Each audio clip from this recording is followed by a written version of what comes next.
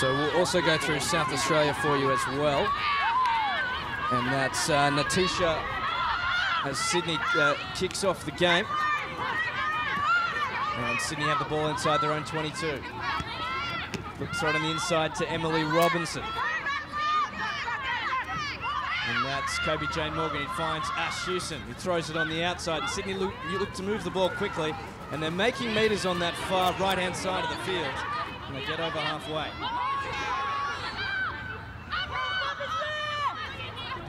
Sydney keeping the ball on the forwards. And that's a blistering run.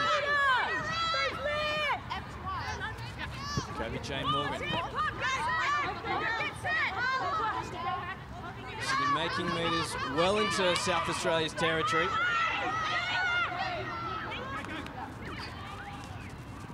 And that's that ball on the far side. That is Hamilton, who's going for the try, and she scores the opening points of the Buildcorp National Women's 15s Championships.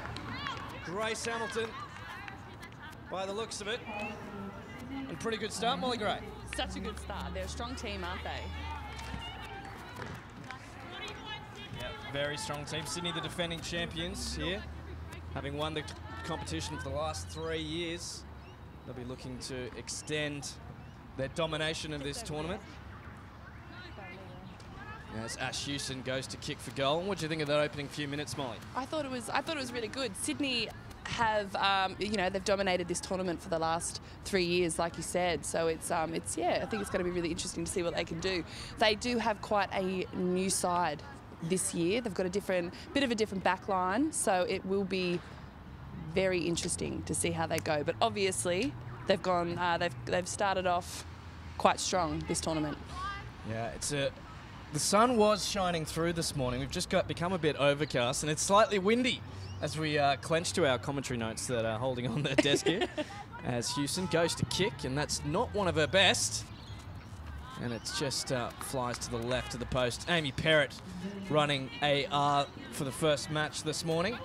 One of women's rugby's best referees. When our main referee today is Brittany Andrews from New Zealand, over here on a little exchange. So the score is 5 to Sydney and South Australia 0.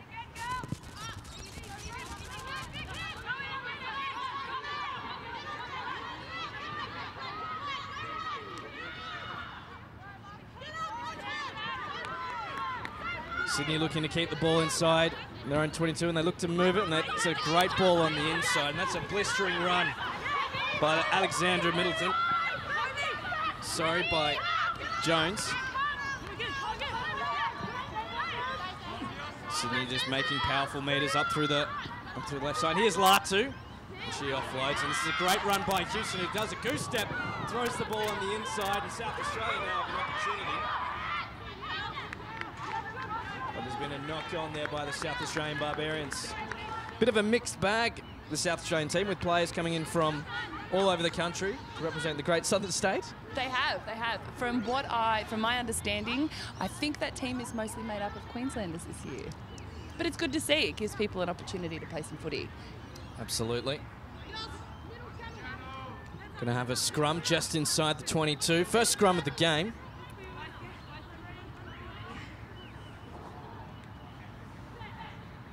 You'd expect the Sydney pack to dominate here as Kobe Jane Morgan feeds the ball into the scrum. Here comes Sydney on the attack. To that far right-hand side they go. Keeping the ball in the forwards. Kobe Jane Morgan goes hunting for it, and she finds it. Latu bounces away. Chloe Butler. Another Wallaroo. And here's Sydney on the attack, and that's a try.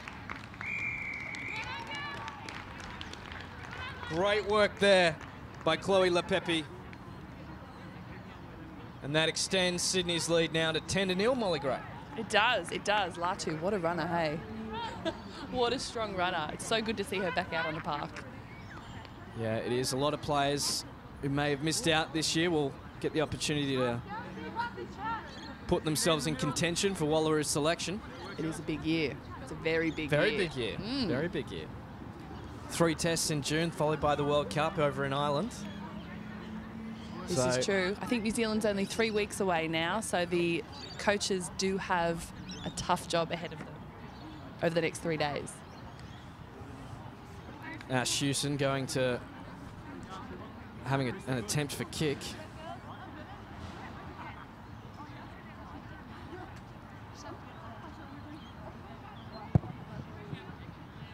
And that's great work there by Ash Hewson, who hits the mark. So that takes the score to Sydney 12, South Australian Barbarians 0. Shorter halves today due to the amount of games the sides are playing, 20-minute halves. And you're listening to the Buildcorp National Women's 15s Championship live on Rugby.com.au, and thank you for joining us wherever you are as Emily Robinson gets the ball. One of the stalwarts of the Warringah Rats in this Sydney side. Kobe Jane Morgan gives it to Latu. So powerful with those legs. Morgan finds Lepepi. Lepepi, the nice backward pass. Centre's working well there. Crystal Maguire. Here's Kobe Jane. She goes for a little run herself and is met heavily by the defence. South Australia short on numbers on this right-hand side. If Sydney can get the ball out, yep, they've realised. And Lepepi just need to use the hands. And they're keeping that ball. They're just got to stay inside touch now. Lepepi goes into 9, throws it to Kobe Jane Morgan, and throws it to Emily Robinson. It's a great start by Sydney. And that's a blistering run as they cross over halfway. Hewson. And that's Hamilton. Hailing from Orange in country New South Wales. Sydney still with the ball. Kobe Jane. Now with Robinson. Sydney just moving it left to right. Hewson now looking to find some space. And that's another blistering run. Lepepi on that far right-hand side. And that ball's gone into touch. Sorry, that was Kayla Salvo. So Sydney just applying the screws at the moment, Molly. They are. Aren't they a strong side? Yep, most certainly are. And of course, your Australian Defence Force side will be playing later on today. Yeah, they do. They play WA first up, and then they've got Sydney later on. Not Sydney, sorry. Oh, no, they do. They do have Sydney. WA Tough day Sydney. for the Australian Defence Force It side. It is. They are. They're quite a young side. So it's always good to see them get out here and just get some experience. And I think they're definitely a lot more confident this year as well. They've just come off the back of a tour to America late last year, so there's a lot more confidence in that team this year. An undefeated tour of America. Yes. They went over there and they played a couple of the other forces, and apparently they carved up. So good to see. So hopefully we can see some good footy from them today. Well, good signs from the Australian Defence Force as Sydney go to attack this scrum. And South Australia now with an opportunity, and that's a great run on the inside. We'll look to get a number for you. South Australia keep the ball in hand and they throw it on the inside. Looking to run it out of their own 22. Haven't had the ball at all this half. Chloe Butler secures over the breakdown. Now she's got the ball. South Australia still looking to run. That was Natasha Brunhuber. Unfortunately loses the ball. Bravery there from the South Australian Barbarians, though. They didn't want to kick away possession. No, I think when you don't have the ball for, such a long time period, why not hold on to it for a little bit, see what you can do with it. They've obviously lost it, but that's okay. They gave it a shot. Yeah, particularly when you're taking on the championship-winning team in Sydney. You're not going to win the game by kicking the ball away. You aren't. And they all just got together. So this is probably, this is definitely the first time that they've played together. So maybe not the best prep for a Nationals tournament, but good on them. Latu now finds Kobe Jane Morgan, who almost takes out the ref, and Sydney on the attack. They're looking for the try. This could be not a try to Kimberly Davey. South Australia may have held her up. Kobe Jane bounces that. She finds Emily Robinson in the middle, 5 metres out from the line now. South Australia trying to hold out this Sydney side and not rolling away is the penalty.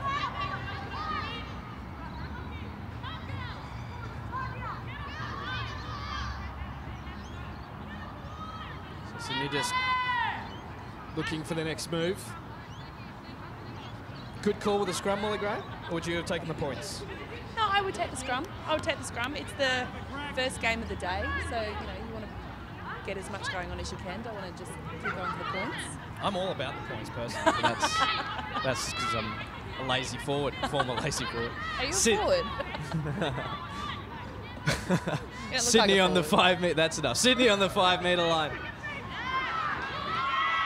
Here's Latu. Gives it to Kobe Jane. Lepepe. Cut out pass. This is Sydney on the prowl. And they will score. And that was Kayla Salvo. Great teamwork there by the Sydney side. We're going to have a replay. Let's just have a look at how that unfolded.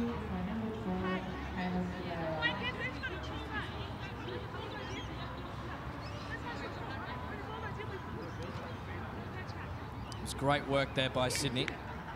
They just applied the screws.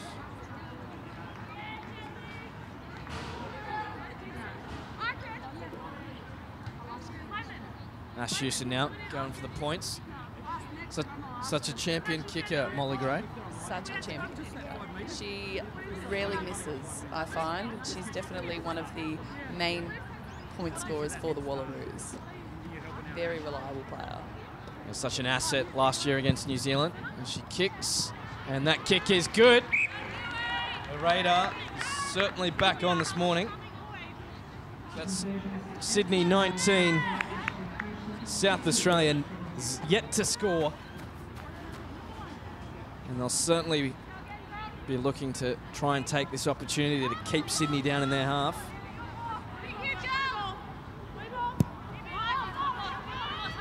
And that's taken by Robinson. It's met hard in the tackle. Chloe Butler just off to the side of that breakdown. She's captaining the South Australian Barbarians. Here's Latu, so powerful. That's a great offload. Sydney again make easy meters. Lepepe.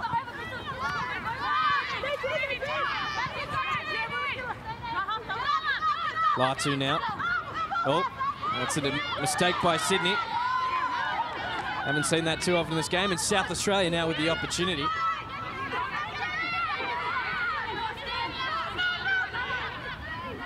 Keeping the ball in the middle of the field. They're just playing one off the ruck at the moment, as the backs set themselves very deep. And they're looking to attack the line. And that's not a great pass, and they've kicked over the top. Ash Houston has to motor. This could be a great tactical kick, but Ash Houston manages to get away, and she pays back that kick with interest, sending it deep within the 22, but a bit too much pepper. Now, did that go out just... Oh, that stayed in the field of play. Wow, I thought that'd gone too far. That was amazing. An excellent effort there by Ash Houston, Wallaroos captain in 2016. Always puts on a good show. It's such a good boot. So Sydney now with another opportunity to attack. Here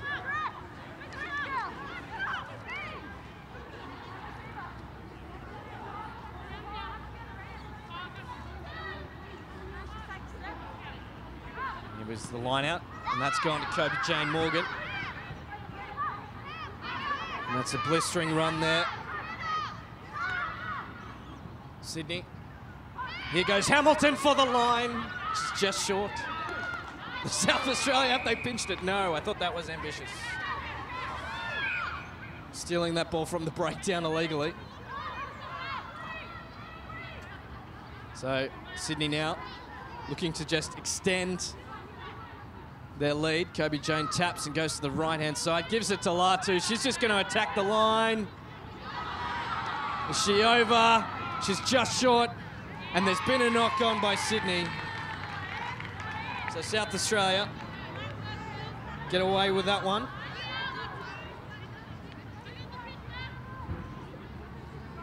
And I think Sydney would be disappointed with that handling error there, Molly Gray. I think so, but I think South Australia put some good pressure on them. It just goes to show that if you put pressure on a good team like that, you know, they can spill the ball a little bit, and then South Australia have an opportunity.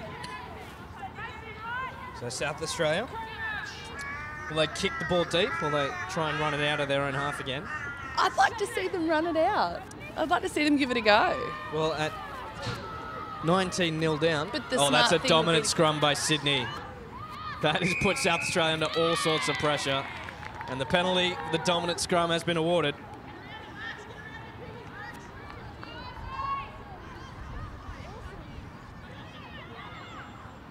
So Sydney now with another attacking opportunity with that penalty, and they tap, they go to the right. Here goes Emily Robinson, Grommy as she's known. And she scored it. So Emily Robinson with the try. And that takes Sydney again showing their class against South Australia early on. And Emily Robinson, you played alongside her, Molly Gray. She's certainly certainly a powerful front rower. She is. She's a very powerful front rower. And debuted last year, but she's been around the Wallaroos for quite some time now, since the last World Cup. So she's very experienced, very powerful, and she's doing an amazing job today. So Ash Hewson will look to make the conversion. She's getting a lot of good kicking practice from the sides. Well, she's got a big boot on it. She does. It's what she is known for. Hewson goes. It's just missed that left side of the post. So if you've just joined us, welcome to the Buildcorp National Women's 15s Championship. I'm Patrick Folkes, and I'm joined in commentary by Buildcorp Wallaroo, Molly Gray. Molly currently injured, so missing out on the championship. I am. I'm so sad about it, but I'm also happy to be sitting here with you. Oh, so, thank you. You know, I'm just being a part of the day. Although I would much rather be out on the field. Well, I'm offended by that, but I understand. As South Australian Barbarians go to reset, and that goes straight down the throat of Sydney. I think that was Sarah Larman. And that's a great run there by Alexandra Salusi. Kobe Jane now throws it to the right-hand side. Sydney forwards just grinding South Australia down. Ash Hewson with a run. Couldn't get the offload away, though. Kobe Jane. Well secured there by the Sydney forwards. Napepi to Latu. Latu bounces one off. That was huge. Kobe Jane goes to Grommy. Keeps it inside the forwards. Latu just has a breather there on the ground. They have copped a knock to the chin. What a run there by Latu. A weapon not used, unfortunately, last year in the Wallaroos Tour of New Zealand, but it'd be great to see her wear green and gold again as she leaves the field of play. She would have to be one of the most devastating players I have ever played against. It terrifies me, absolutely terrifies me. And it was really unfortunate to see that she did. I think it was a hamstring just before our tour to New Zealand last year, so it was really unfortunate that she didn't get to come away, but I would love to see her in the green and gold this year, and she definitely is one of the most deserving players of that because she is such a devastating mate. As we look to have a scrum as a change is made, it looks like Emily Chancellor? Get a number in a second. Looks like Emily Chancellor has entered the field of play. Sydney University player.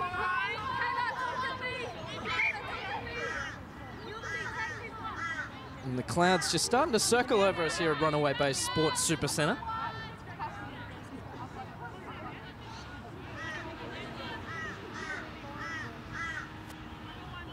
So that was Gabriel Hall who has entered the field of play, so my apologies there.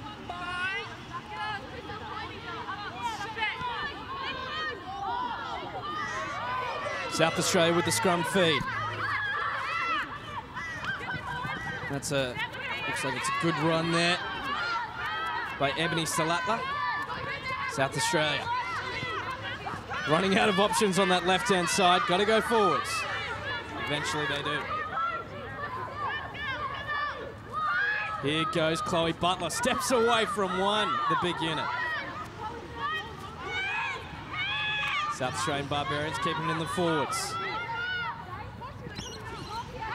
one off the ruck at the moment, looking to find a gap in Sydney's defence. This is good from South Australia. And as I say that, there's a knock-on. And that's half-time here in the first game of the Buildcorp National Women's 15s Championship. Sydney leading 24-0 at half-time. So we'll have a quick break, Molly, and then come back in a second and just have a look at how this first half of this first match unfolded here on Rugby.com.au.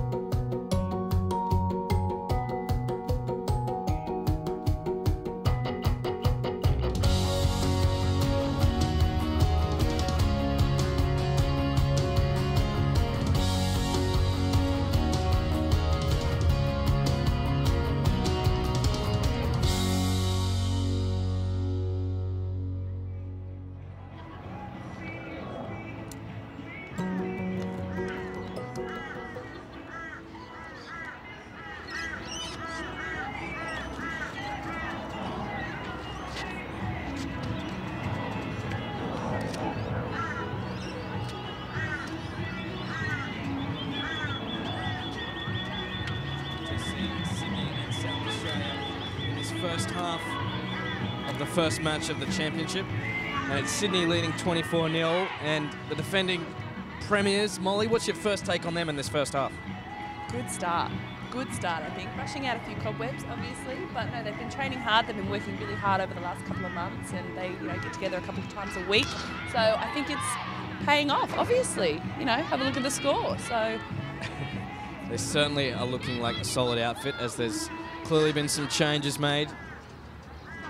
And there's a lot of new faces in the Sydney team as well, so it's really good to see that there's some new girls being bled into the team and being given that opportunity. You know, we all know that it is a very big year for women's rugby. We have a couple of test matches coming up and obviously the World Cup later this year as well. So good opportunity for lots and lots of women out here today. So here we go, about to get underway in this second half.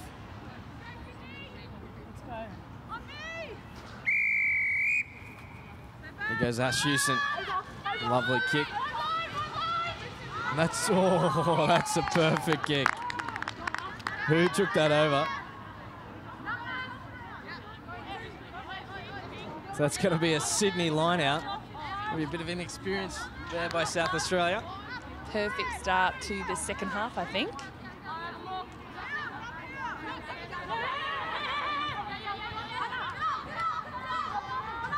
So Sydney keep the ball in possession. And that's great run up the guts there by Sydney.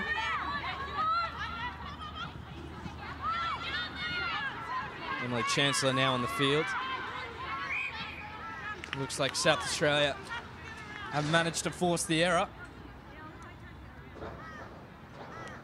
From my understanding, it's Emily Chancellor's first game back since she did an MCL a couple of weeks ago as well. So it's going to be good to see the performance that she puts on today as well. Yeah.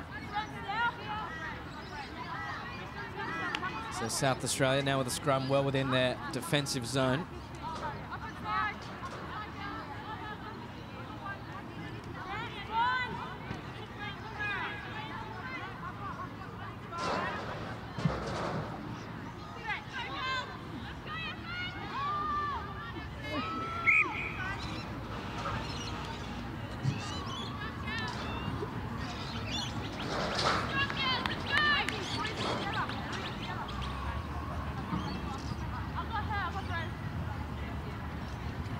So another reset. Lovely day here on the Gold Coast, Molly. It's a bit overcast, but no, fortunately for us, because we are very much in the open, no rain at the moment. I think overcast is the best weather for football, though. It's not too hot, it's not too cold, it's not too sunny. So you can actually see what you're doing. Is this the Goldilocks of rugby conditions? I'm pretty sure it is. No one wants to play footy with sun in their eyes. No one wants to play rugby with you know, pouring down in the rain as well. Or in the snow. I've played in the snow before. Where was that? Somewhere inland from Newcastle, way inland. It's so cold. Dominant scrum by Sydney as South Australia get the ball out. That's a great run there by Alana Elasia. South Australia looking to muscle their way out of their 22. And they do so. This is better from South Australia, but they're floating dangerously close to their sideline. This may have been stolen, and it has by Shanice Parker of the Australian 7 squad, playing for Sydney in this tournament, getting a bit of extra rugby experience. One of the younger players coming through the Australian 7s team. Although she does hail from WA, so playing for her adopted state. It's all right, there's a lot of people playing for adopted states today. Just take a look at South Australia. Pretty sure that is the Queensland team.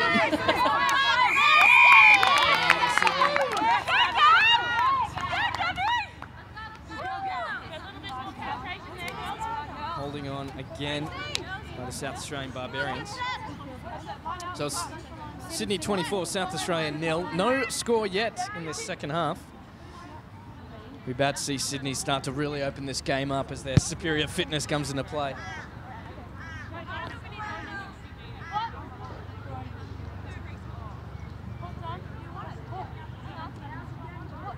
So Sarah Larman will throw this ball in for Sydney.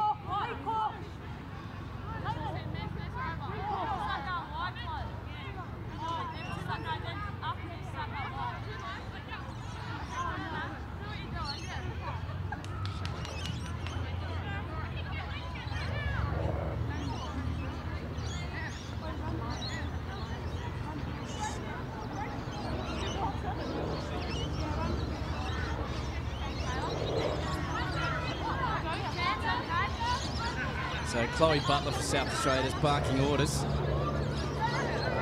at her team.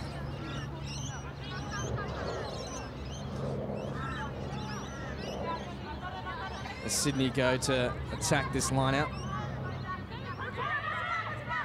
They'll go to the front pod. Slow off the top. And here's Lepepe. That's a great run on the inside by Alex Salusi. There's Emily Robinson. They go to the left. That's Lepepe again. She's looking to step out of one tackle. She throws it back on the inside. Sydney keep the ball alive.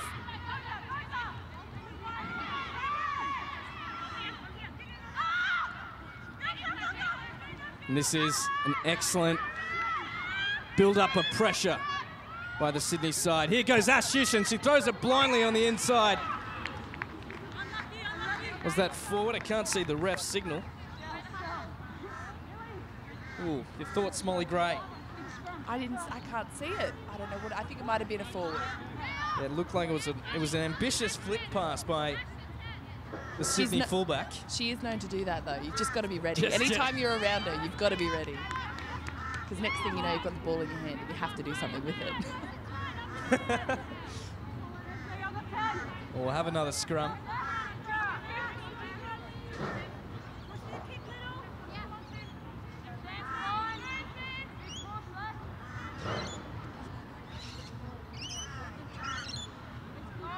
So here we go. South Australia with the feed.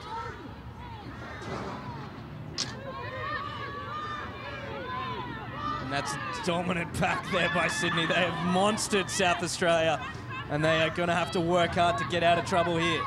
That was a great run by fullback Emily Bass. Bassie, as she's known to her friends, I believe. I feel like you just made that up. South Australia. This is better from the Barbarians, but this may have been stolen. Sydney's so dominant at the breakdown. Here we go on the right-hand side. They're going to have a trundle. Emily Robinson throws it over the top, but it's got too much height on it. Shanice Parker has to pick up the scraps. She does well. And that's a loose pass there to no one. Ash Houston collects. Met hard in the tackle. Sydney keeping it with the ball in hand as they probe left to right. Robinson picks the ball up off a one bounce. Met hard by the defence. South Australia may have pinched this, and they have, but it's a penalty to Sydney. And just that lack of discipline at the breakdown really hurting them, Molly Gray. It did hurt them a little bit, but you know what? It's all right. They gave it a shot. Sydney's just that little bit too dominating for them, I think. If you're just joining us on the Rugby.com.au production of the Buildcorp National Women's 15s Championship, we're watching Sydney, the defending premiers of this title, take on the South Australian Barbarians. Obviously a development state for our women's 15s players, and they've managed to bring together a number of players from Queensland and New South Wales just to add a bit of bulk to their squad as they make the charge at this championship. But Sydney showing their class at the moment. So Ash Houston goes to the penalty.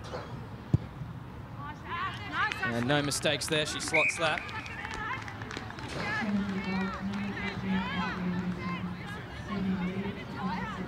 So that's Sydney 27,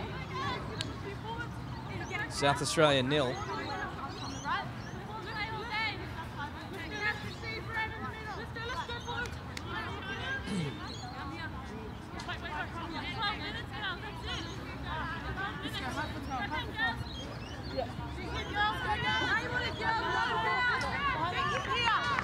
So we go for the restart now by South Australia, and that's not going to go 10.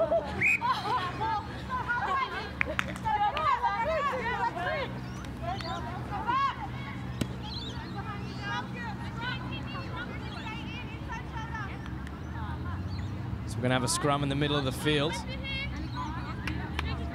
In the next game, Molly Gray, as we preview ahead, we've got the Australian Defence Force taking on Western Australia. WA got a few new players this year that managed to find some players from one of the bigger clubs in WA.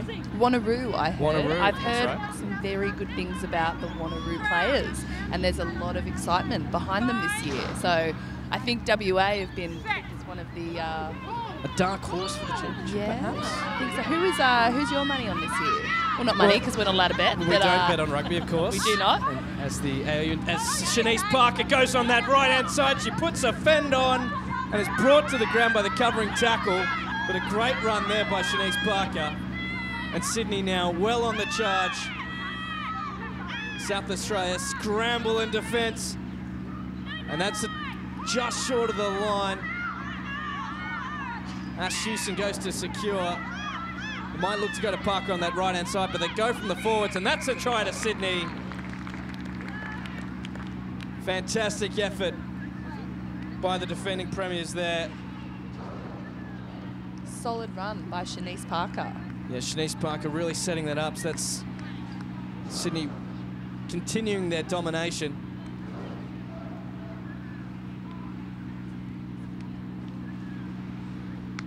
And we just have a look at the replay here.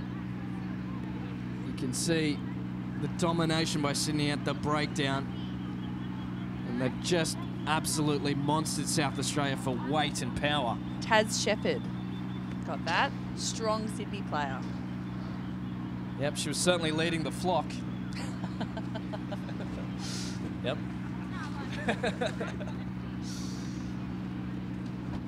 As Ash Houston goes to extend the lead with the conversion. Lots of good kicking practice for Ash Houston here. And she's just managed to slice that through. So Ash Houston adds the extras.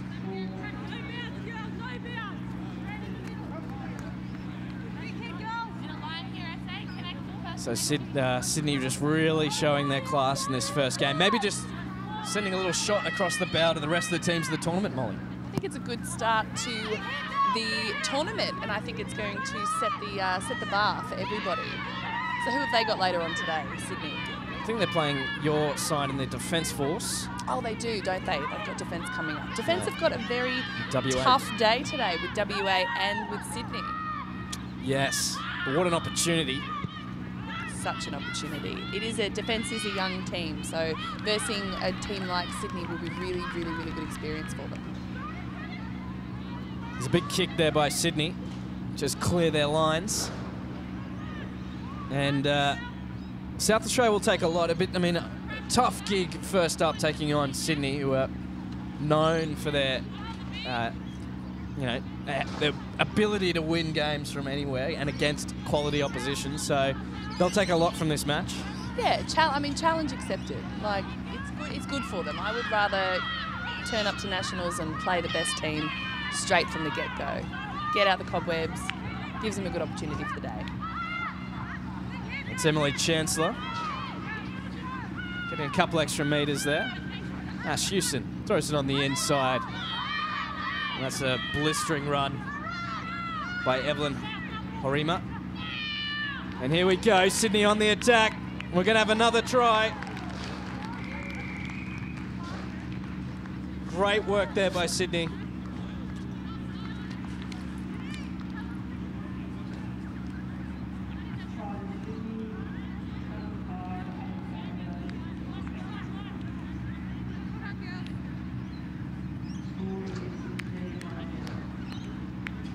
So we'll just have a look at this replay. And Ash Houston, you can see, holds the ball perfectly to keep the defence interested in it. And then it's just a blistering run to the line by Alexandra Solisi. And she secures that brilliantly.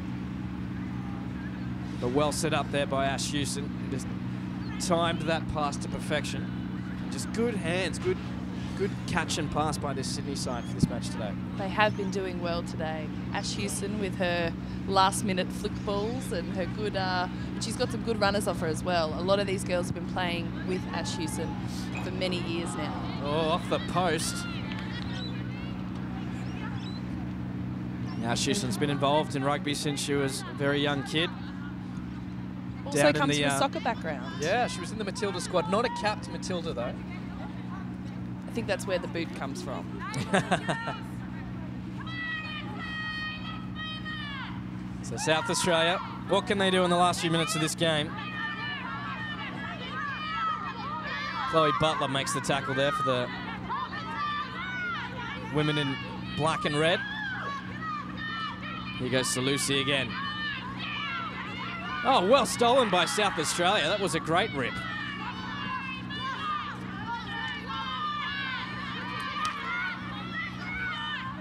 Keeping the ball in hand. They keep it in the forwards. Great run there by Katie Brock. Sydney just rushing up in defence and putting pressure on South Australia. They've gone backwards. Shanice Parker defending a couple here on her own. But Ash Houston came over to help out.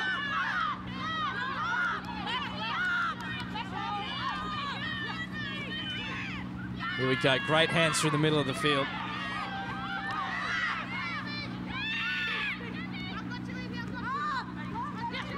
Sydney offloads.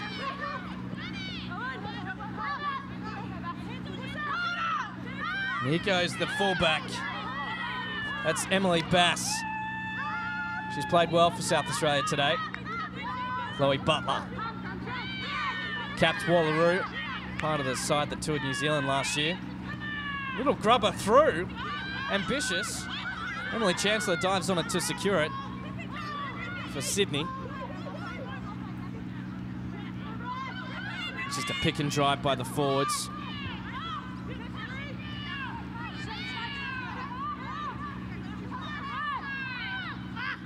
Ash Houston can't pick that one up off the deck. It just hooks it over the top of her left shoulder. Shanice Parker chasing through for Sydney. She's going to get done by the attack, just moving the ball in the centre of the field. South Australia having a run with the ball in the last few minutes, but they've lost it again. Ball comes back to Ili Batasiga. She holds the ball well. Here goes Sydney. Can they get it to Parker? Parker down the line, puts a fend on. Can she keep going? She's isolated. Great offload though, and Sydney still have the opportunity to score. They've kept this together well. Ash Houston now throws the ball on the inside and baffled everyone. Sydney still going. Meters from the line. But there's been an issue at the breakdown there by Sydney. Good work rate by Sydney. Good energy as well, yeah, despite leading the match the way they do. There's a good vibe in the squad at the moment. Even this morning, walking around the sports centre here at Runaway Bay, there was a really good vibe with the Sydney girls. I think they're all really excited to be here, and that's obviously showing on the field how well they have all gelled together over the last few months. And they're under a new coach as well, as we're going to have a scrum on the 5-metre line. Sydney's scrum has been so dominant against South Australia. But I do wonder how they'll go against some of the bigger packs later on today.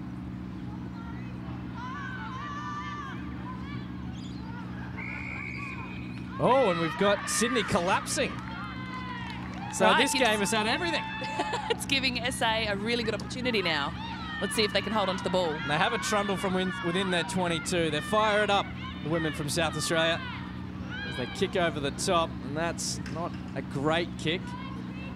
Amy Perrott just on the far side, assistant refereeing. Refereed the last Women's Rugby World Cup final. She did. One of Ash the Houston on the attack. Best. She's one of the best. And we're going to come back for a scrum.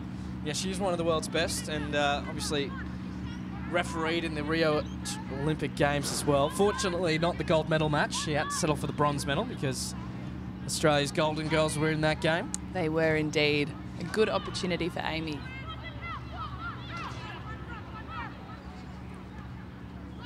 And wherever you're watching this game, we thank you for joining us live on Rugby.com.au. We'll be bringing you every match of this championship live across the next 3 days as Sydney look to extend their lead, and they go to Parker. puts the step, and manages to get out of one tackle, gets out of two, brought to ground, does well to stay in field. But the South Australian defence didn't give her the opportunity to place the ball by releasing the tackler.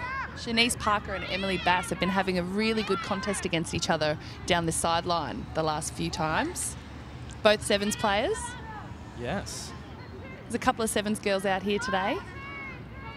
It's nice to see them cross over into the 15er side. Absolutely. To see that strength between the two programs combine is only going to help the Wallaroos' depth in this World Cup year.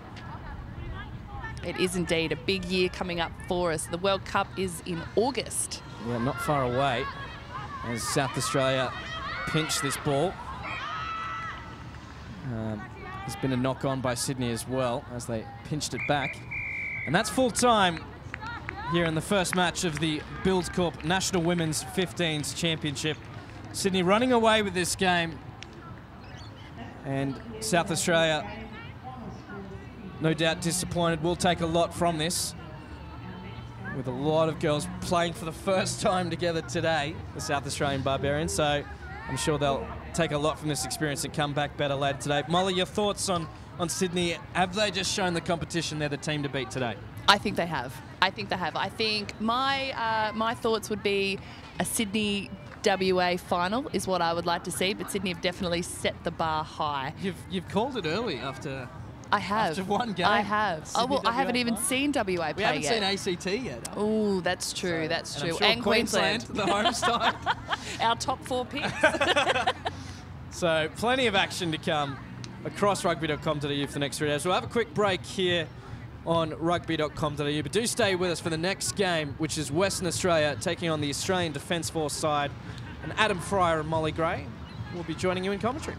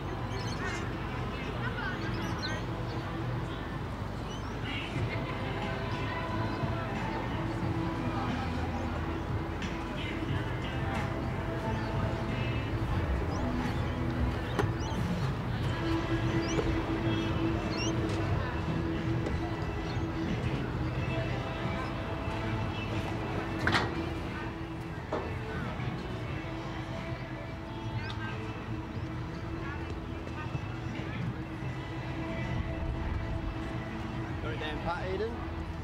You got it down pat? She was. I'm not sure she's still with because she went to the good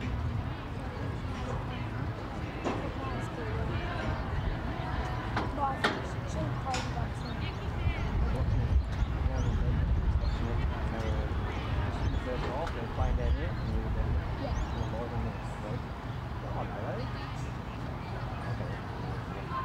Is that the first game or second Yeah, game?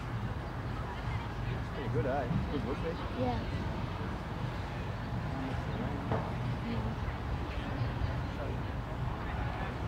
You got plenty to eat and drink? Yeah. If you need anything, your mum's not here, just go and grab me and I'll bring it for you. Okay. Although at least it's a bit faded. Yeah.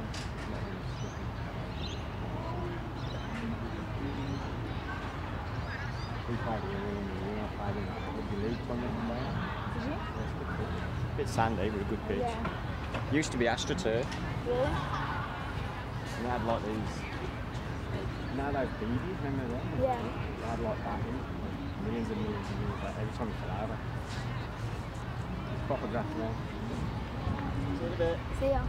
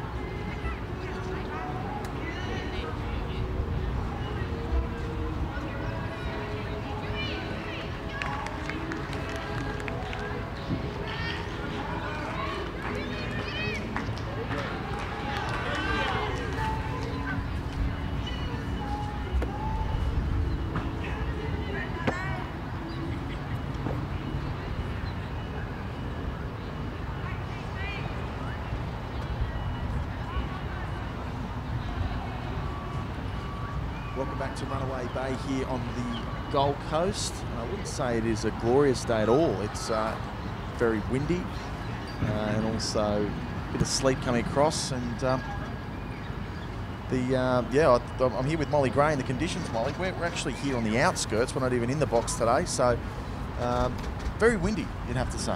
It is a little bit windy now. It started off as a really sunny morning, and then the clouds came over, and now the rain is here. So, you know, good luck to WA and the ADFRU team with a little bit of rain, but I reckon they'll be all right. And the ADFRU, I'm going to have a real trouble saying that. Let's call them ADFRU. ADFRU. ADFRU. Okay. I think that's the name that they go by. They did used to be ASRU, which was the services team, but they've recently changed their name to ADFRU. Fantastic, and that's your side. That is right? my side. Okay, It so is. no biased commentary here. Maybe a little. Little bit? Oh, maybe so a little. I do love them. I've been in that team for 8 years now. Good on you. Good on you. And for people just joining us, you obviously had a terrible injury there in New Zealand. I remember watching that, and we're all so optimistic. And the Wallaroos were on the rise at the time, and doing your knee overseas. How's all that travelling, man? Did you speak about this with Pat early on? We had a little bit of a chat, and it wasn't overseas actually. It was in Brisbane at the Brisbane Global Tens. So it was my first sort of tournament of the year. That's right, New South Wales v Queensland. Yeah, second game, and I went out there and I thought, you know what, I'm really gonna, we're gonna put on a good show of footy for the day. And a minute in, I got tackled and my entire knee exploded. So here I am on the side. It's exploded. It's in good shape now because a lot of us are following your progress through social media and even speaking to you off air. It's amazing, just with a bit of willpower and where you're trying to take this to get on that World Cup tour. So best of luck with it, mate. I hope it all is going well. I'm sure you're just talking you off air before saying you were training this afternoon, so you must be very keen. Always got to train. And, rehab is one of the, I think it's mostly mental, and I think you've just got to have a goal and you've got to want it. And I want to go to the World Cup, so hopefully you will see me there in August. So do I, but I want to be in the corporate box, drinking beer and being merry. But well, I would rather be on the field. Yeah, good.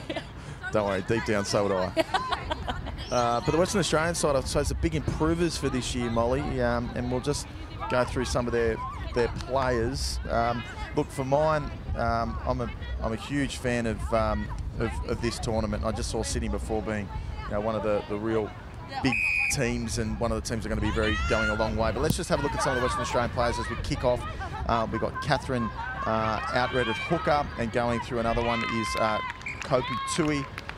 Fairburn, Kristen, one of their locks in 19 is another star on the rise. Another person of prominence is Madeline Putz, who's on their winger, who's scored plenty of tries for them.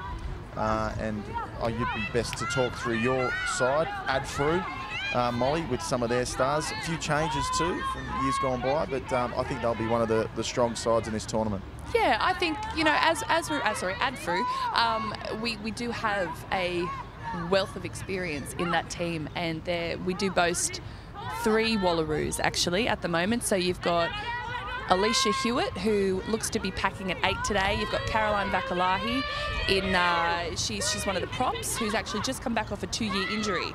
And then you've got Sarah Royden as well, who is one of our brand new ADFRU members who debuted last year. So we do have quite an experienced side. So I think they're going to give WA a run for their money today. Well, let's hope so, as Western Australia take the ball up, playing in the traditional Western Force blue strip. And taking it forward now is moving out on the flank. They've moved out really quickly there, and that's 24, no name there, but sub. Taken into touch. Great start there by ADFRU. Lucy Lockett, their fly half. Gee, you'd hate to be throwing in these conditions, Molly. I know you're one to catch the ball, but being a former hooker, these are the matches you sort of like to sit on the sideline and watch. I don't know how you guys do it. I would never trust myself. We're very good at guessing, as we solid line-out win by ADFRU, and just to truck the ball forward, but it is a penalty. Falling over the ruck there by their blindside flanker, Natasha Haynes, as ADFRU look to take advantage of that penalty. Go for the sidelines. it's nice to see Natasha Haynes in the forwards. She played in the 2014 World Cup and was a winger. Wow. So now she is a 6. Good Is that the good natural, transition. the natural progression to Is go all the it? way up the front? I hope not. I don't know. We've got one of our backs in the ADFRU team. We've got Brooke Moslin, who was a centre, who is now a second rower. So, you know, with women's rugby, everyone goes everywhere. I was fairly happy in the middle up the front, and I'm pretty happy to stay there as ADFRU not straight in that line out. And I think we may see a few of those today, and I don't think it's the skill set from these women, but it's more just the conditions here. Very windy and a little bit of rain, and just knowing in these tournaments early on, brand new football, a bit of rain, slippery ball, and teams trying to find their feet. A little bit of nerves as well. I think Without a everyone's brushing out some of the cobwebs, and I think by half-time, I reckon people will start to find their feet. Let's hope so, as Western Australia through their scrum half, Katie Barnes. 21 jersey, rolling her shoulders over. Good scrum by the Western Australians. It could have almost stayed in the back there as they go on the attack through their inside centre now.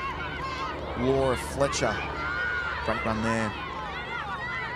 Ball coming out quickly, and 9. Out in the middle of the field.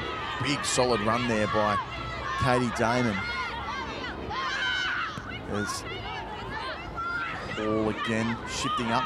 Another big, powerful, strong run. That's by Danielle Close. Needs to get that ball out a little bit quicker. It's all stuck in there at the moment. Here's their reserve hooker, steaming on. In Catherine Outred. Gee, another powerful run there. That's just been real solid stuff by Tui. As we bring back here for a penalty, it's about 15 metres out. It is in kicking distance, but I'm not sure if they will take the point. So you'd almost go with that momentum and advantage there, Molly, to look for the 5-pointer early. I think here we go, they're running it up. They're a powerful team. They're a lot bigger than the ADFRU team, and I think they're definitely shocking the ADFRU team at the moment, putting a lot of pressure on them. Well, they're holding on as it Western Australia looking to get over the line, just only metres short. Good defence by the ADFRU team.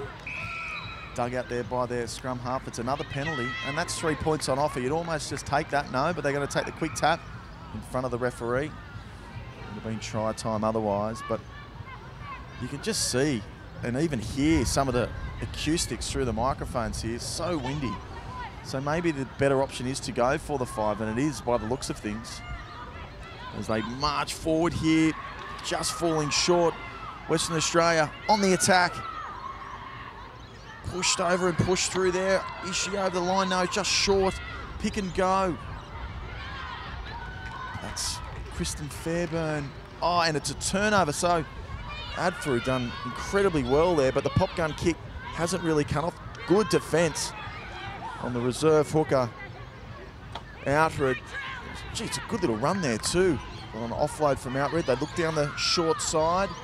And going in for the corner now, is it Callie Blair? No, taking in the touches. ADFRU hanging on to defence, Molly, and a good start by both teams. One in defence and one in attack. Determined. If anything, the ADFRU team has always been determined. And they've got quite good discipline in defence, I've always found.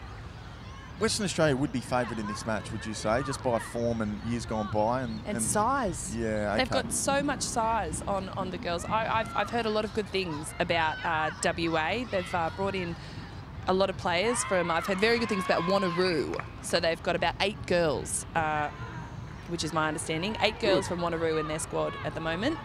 Well, a lucky break there for your teammates, ADFRU. That ball, beautiful line-out throw too by their hooker, Nicole King. But the delivery just not right. Big thing now in rugby is the delivery of that line-out. As there's a scrum now 5 metres out. And look, by the looks of this front row of Western Australia through Jargo, Outred and Bartred, I'd be concerned for ADFRU. Quick strike and get the ball out and keep playing. as the scrum goes down. Pressure just slightly before the ball's in, and a short arm penalty. Good read there by the referee.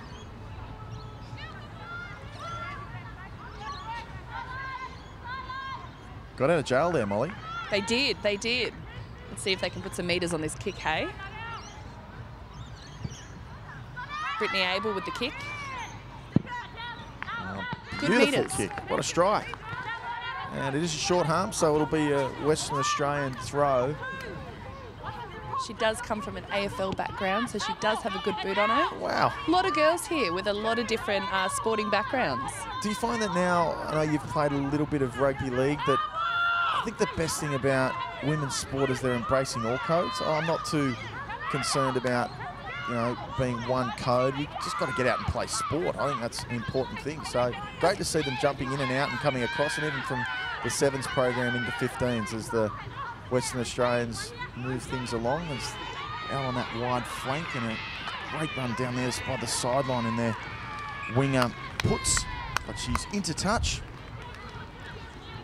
But still a 15-metre advantage, and you can see that flag in the distance there really blowing. So I would say Adfru in front at the moment. All the momentum certainly with the Western Australians, but they just can't seem to get any points, and they're against the breeze, Adfru. So an interesting next period for them. The line out by King. It's boggled down but cleaned up by Western Australia. Shifting along now. A determined run there by their open side flanker, Scar Ta'afu. Out to the wings now, and the 11 there for Western Australia. Edwards with the Charlotte Caslick locks. Ball along the ground, cleaned up by Adfru, storming through. Alicia Hewitt. Great one there by Alicia Hewitt. The Ball needs to captain. be a quick one. Leading by example there. Moving through the hands. Western Australia getting up quick there on Kahal. Here's their lock. Beautiful little bit of footwork there by Close. And she gets it out wide to their winger, storming through. It's a Bell. And a Bell tackle down on the 22-metre line. Quick ball place. Got to get it out. Down the short side now. It's their lock again. Close. Back inside to their hooker. King. She's had a wow of a game so far, King, the little hooker. Trying to be patient here in the A zone as they march forward now for another few more metres. Pick and go looks to be on. Cross their halfback. Just really commanding things. Her arms are swinging everywhere. She digs in and gets the ball out. Looking good now. Adfru into their inside centre. Beautiful up the line tackle there. What a tackle there by the Western Force flanker. I'd like to see the ball get back in the hands of the forwards. They did such a good job just then. Well, he certainly did. And marching forward now is Laws. Latching onto that ball. Long ball place needed. She gets it. Moving forward again. Is that Moslin? It is. Cross digging it out.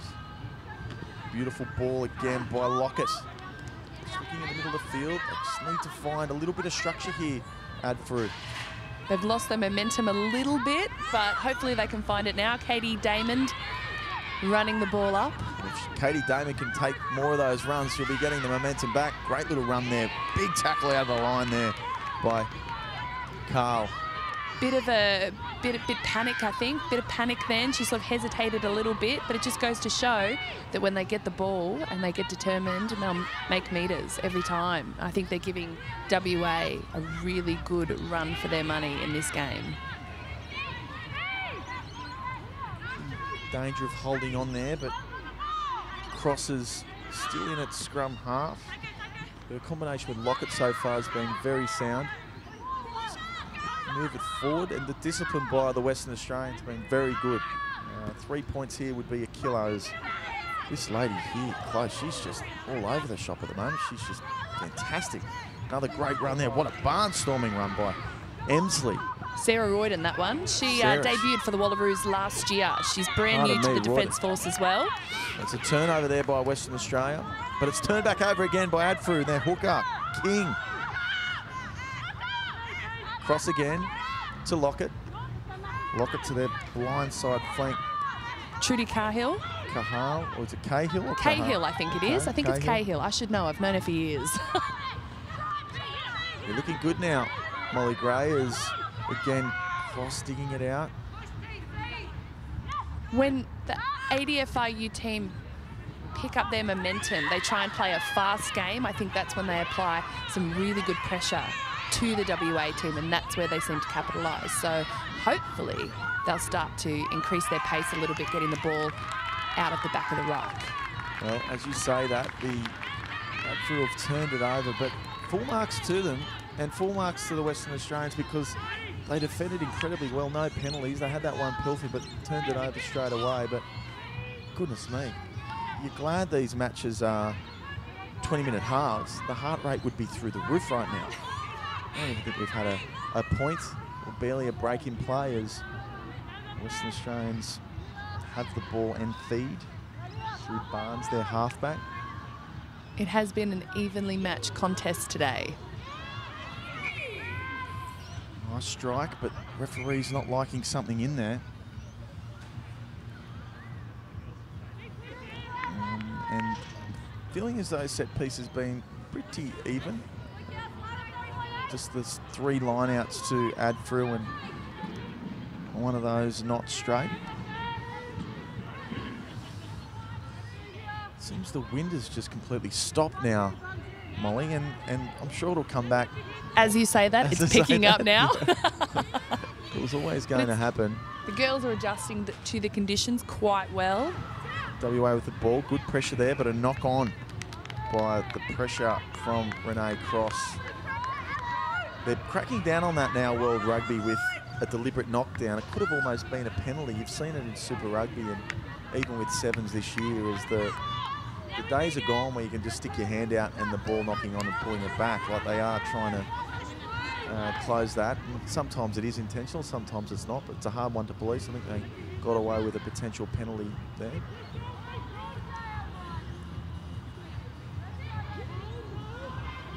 As the scrum packs down now. It's just gone over 14 minutes. Fed out again. Beautiful pick up there by Western Australia as they come through. That was through their fly half. Mare down that short side again. Gee, what a run there by Barshard. Huge barnstorming run. Western Australians are just tapping it along now. Offload there to their open side flanker. She's been outstanding today. That's what I'm loving about rugby at the moment. There's a lot of offloads going on all the time. It's just keeping that really good flow of the game, making it more of a fast game. Here we go again. Western Australia down the touchline, intercept. Pretty able. Beautiful play there by both teams. As Emsley goes to dig it out, it's a penalty. Not rolling away from the ball, and that's a fair call there with Mare lying in between the ruck. It just seems that everything that Western Australia are throwing at through there, Adapting well. They are. They're going well. Running the ball up now. This is good to see. Gee, they're running hard, and I shouldn't be surprised, but Law's there just launching into the fence. There's Cross again. One out runners, probably not ideal when you're running into the Western Australian defence, and it may be a turnover. No, they've done well to get it back. Here's Lockett. Lockett feeding it out. And that's Reardon. One out runners, but looking okay now. Crosses decided to commit to the ruck, getting into the ball. One out runs again, probably not a bad option when you've got running onto the ball like this. Beautiful run up the centre there by Close, who's done that a couple of times this morning, but it is a turnover, which you need to have your support play there. Western Australia coming away with the ball now through their blindside flanker. Haynes, quick ball out wide. Western Australia looking dangerous now. Oh, and a knock forward. You can see the disappointment there, banging the ground. Molly, it happens like that. You can make one out runners, but the way rugby's played these days, you spoke about so many offloads now. The way that every position can jackal that ball. Now, 10 years ago, it was just sevens and maybe sixes. Everyone around the park could do it now. If you're isolated, it's game over. You know, I think that's the thing, because a lot of girls are playing sevens these days, so they're all learning the skills on, especially how to jackal the ball. So it just makes the game a lot more interesting. You know, you get the ball out wide and you see the backs are starting to do that sort of stuff now. So it's good to see. Good to see. Yeah, well, the skill set of both teams in this game has been incredible, especially defensively. I think may have counted only 1 or 2 drop balls. That was one of them then. Good strung by the Western Australians, a turnover, but a penalty,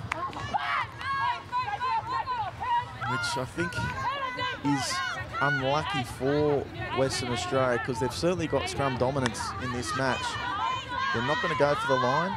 Just on 3 minutes to go in this first half, as Adfru marching up there by Cheatham. Yes, Brianne Cheatham.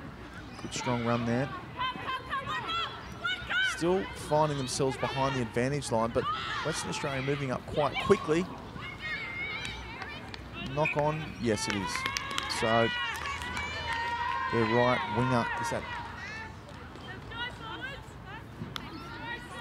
Yeah, it is a knock on. So just 2 minutes to go in the first half. It is 0-0 here at Runaway Bay in the second match of the Buildcorp National Champs, and a good time to mention Buildcorp, such a strong supporter of women's rugby and rugby across all communities in this sport, that being club and NRC, and them being a partner on board this year has been really good, and it's good to see their logos and brands all around the women today. It's a good fit, and I know they've supported you well too, Molly, with the Wallaroos and your recovery. They have, and you know, Josephine Suka is one of the biggest advocates for women's rugby, and it has just brought a whole new dimension to the Wallaroos. Yeah, it does, and having that support from afar, and we also know that some of the coaching staff have been down to support the Wallaroos in their programs. As Western Australia, another knock-on. As soon as I said the handling errors have been great in this game, they've just got 2 knock-ons within a minute, which was always going to happen. Just on a minute to go now in the first half. 0-0 at the moment. Goodness me. I think that's good. I think it's really good. I want to see tries. We've seen one try, but it was knocked back. But I'd like to see a try from Adfru, to be honest. Yeah, a little bit of bias there, though. Sorry, but it's all right. I'll do that in the Rebels game with our women's stars. Of the Rebels program, which is in pretty good shape. I was just talking to their coaches before. They want to finish better than they did last time, which I think was 7th. As this scrum continues to prove problems for both sides. Just on 30 seconds to go now, so you'd think this would be the last play in the match. Sorry, in the half. Adfru's feed. Let's see if they can do something with it. I smell a try. Well, they're very deep here in attack, and I think that could be part of their problem, is that they are taking the ball well behind the advantage line, and the Western Australians are really rushing up defence. Good strong scrum there again by Western Australia, but it's a penalty. And time ticks over 20 minutes, but as they know in this new rulings for the last couple of years, is that you will receive the line out if you do kick it out, if it's your penalty, as the full back from Adfru rushes over. That's Carpenter to give it a hoy over the sideline, and she does. She gains about 10 metres, so we're about 40 metres out. Can Adfru get a score?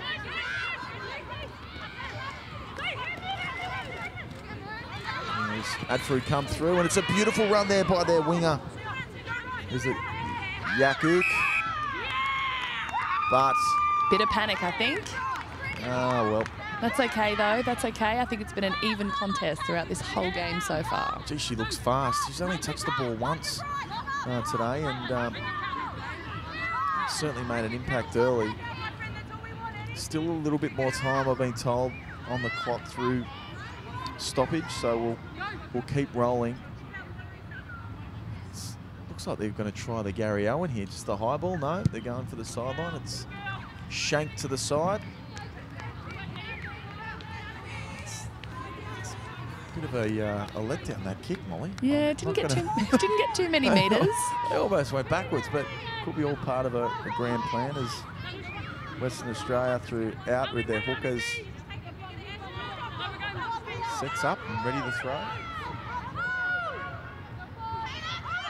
Ball thrown over the top, cleaned up well by Adfru.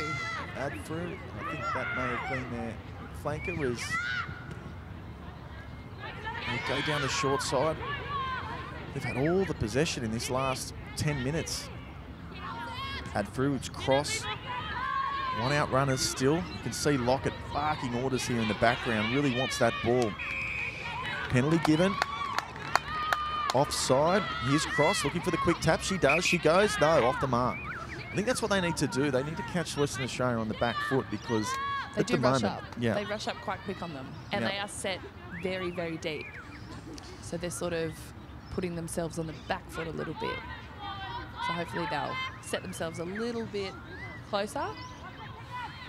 There's an opportunity now to get some metres through Carpenter. And she gives it a nudge over the sideline. It's almost, you call it a strike, but a tap, but a really good result. Just on 30 metres out.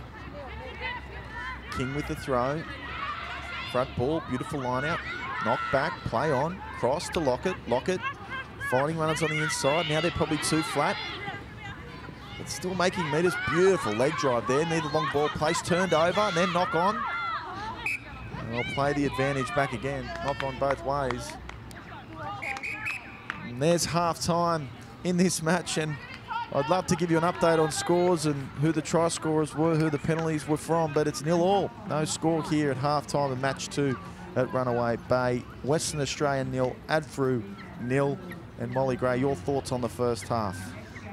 Absolutely evenly matched contest. I'm, a bit biased. Obviously, I am an Adfru player, but I am incredibly proud of those girls. I thought they did a really good job of holding out WA. I did think that WA would put a couple of points on the girls in the first half, but I think it's been really evenly matched. I think both teams panicked a little bit and just couldn't really complete that many phases. But I thought it was a good first half. Oh, I think the defence ruled the day. I think probably Adfru are maybe a little bit guilty of being too deep. A little bit too deep, I attack. think. Look, I think both teams evenly matched. And I know you just said before there that the Adfru would have been underdogs in this match, but I don't really think so, Molly. I think they're really evenly matched. I think they're out to prove a point this weekend as well. We've always been the underdogs in the past, and I think this year they've brought a lot more experience to the tournament this time around. They've just come off the back of a tour to America late last year. Wow, okay. Yeah. Were you part of that? I was not. I was in New Zealand with the Wallaroos at the time, so there were a few of us who missed out on that tour. How many of these teams actually tour? And because we talk about Super Rugby sides going to South Africa and the Australian under-20s are going to a Junior World Cup. Do the women's teams actually have the support and the funding to do these types of things? Probably through Adfru, it maybe is. It's a little bit different for us. Because obviously all have roles within the service, but do you get many opportunities to tour as a squad? So the ADFRU team, they do tour every 2 to 3 years, is my understanding. So they went to America last year, and they go over there and they verse the other defence forces and the single services. A couple of years before that, they went over to the UK and they did the same thing. And they've had a really good track record of going away undefeated. So that happens with them. With the other teams, I know that Sydney have travelled over to New Zealand a couple of times, but I'm not too sure. It's one of those things. I think it's up to the different teams to see what they can organise to get people away and touring and experience. The more experience, the better. Well, I just think it's an opportunity for all teams, and I think that's the best thing about rugby is to get on tour. And if Adfru can get out there and play against all these US teams, it's only going to make them stronger. It's only going to make Australian rugby stronger. So. Well, that's it, isn't it? It just goes to show the more football we play, the better we become. And even with the Wallaroos last year, we had our test match at Eden Park, not such a good result. No, but then, by the second game, which was only 4 days later, I think it was 4 days later, we closed that margin by significantly. About half. Yeah. So game time just goes to show. Watch both of those games, and big fan of all forms of rugby, whether it be 7, 15, and now there's even 10s, but men's and women's. So pretty pumped about this and all the streaming we're doing here at Rugby.com.au. And we are trying to cover rugby from all sides, and I think we've done a good job so far with Paddy Folkes, Molly Gray, and I'm just trying to sit on that level, as I have Pat Folkes here next to me. But we kick things off again here in the second half as Western Australia get things underway through their 5'8" there. Pomare, who, good little worker. It's probably not a bad option there to find territory this early on and put pressure on the ad-through line-out. I think that's what they're going to need to do in this game. I think ad-through are definitely putting a lot of pressure on WA in the rucks. It's another turnover. Really windy conditions here if you've just joined us at Runaway Bay. It seems there'll be a light bit of rain and then a heavy bit of wind for a couple of minutes, and then it's completely stopped. So you can really difficult to find where the advantage is. But I'll tell you one area where there is advantage, and it's the Western Australian scrums over ad-through. Molly, you play lock and back row, am I right? I am a 6 or an 8. Okay. Yes. Have you ever found yourself in the lock position? I started in the lock position, Right. So and you I know. never want to go back, ever. Well, my thoughts are with you in your early parts of your career. Yeah, I just, you know what, I don't like getting sore ears. Okay. And I like to play loosely. So, Okay. No, you know, well. I'll stay at 6 and 8. No, you're a wonderful player. So wherever you're playing at the moment, make sure you stay there. But the lock position's a hard one, and even today, it's probably some of their best ball carriers for ad-through have been their lock forwards. Danielle Close, Oh, she's had a absolutely wow of a game. killing it Yeah. in the lock position today. As Western Australia get the ascendancy and move it forward. But the ball comes out of the back, and their little 9, one of the stars so far, Cross, gets her hands on it, and she delivers it on and gets back in there. She's just marching the troops. You can see how vocal she is important to this team. One Renee outrunners Cross again. is a wealth of experience. She actually comes from the Hunter team, the country team originally, and she okay. has 20-odd years of experience in rugby union. So she's definitely one of the directors on the field. And Laws there just turned it over, so you can just probably tell it looks a little bit slippery out there at the moment. Another scrum to Western Australia. Barnes, their halfback. She's quite a tall halfback, Barnes, just standing there next to The tiny Cross. Renee Cross. and the referee for today. Good scrum by ad-through. Wheeling it round, and do they get the reward for it? No. But the referee will certainly put a mark against the Western Australian scrum. Still 0-0 after around about 23 minutes here in this second match of the Buildcorp National Champs. And that's okay though. 0-0 is okay by me, because that just means that the ADFRU team are getting so much better. We versed WA last year, got slightly pumped by them. What was the score? I can't remember off the top Oh, of it my was a tight head. head by ad-through. It's Alicia taken Hewitt with the away ball. then by Hewitt, who's racing forward. Good meters there by the number 8. And Cross digs in there to get the ball. She actually part of that clean out as Lockett comes in and delivers it once again. Another turnover, unfortunately, by Close, who just had that ball whipped away as Western Australia come away with the ball. Good solid run there by Timoko, who's found the middle of the field now. Western Australia on the attack. Need hands, and they do. Coming down now is their winger. She's flying. She's not going to be stopped. Putz, no, she does cover tackle. Putz needs a long ball place.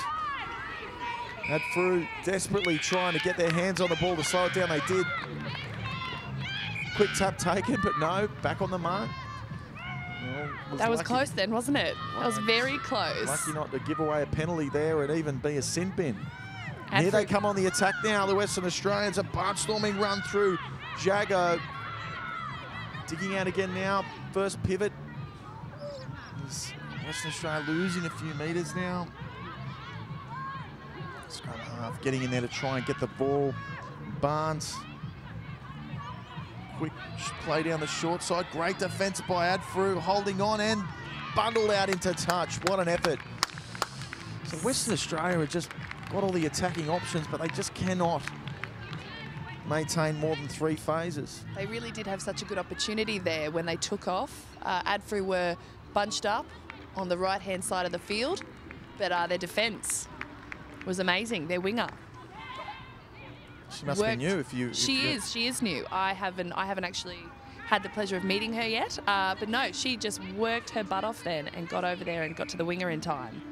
Well, I almost called puts home. I thought she was well and truly in the corner as we just break here for a bit of injury.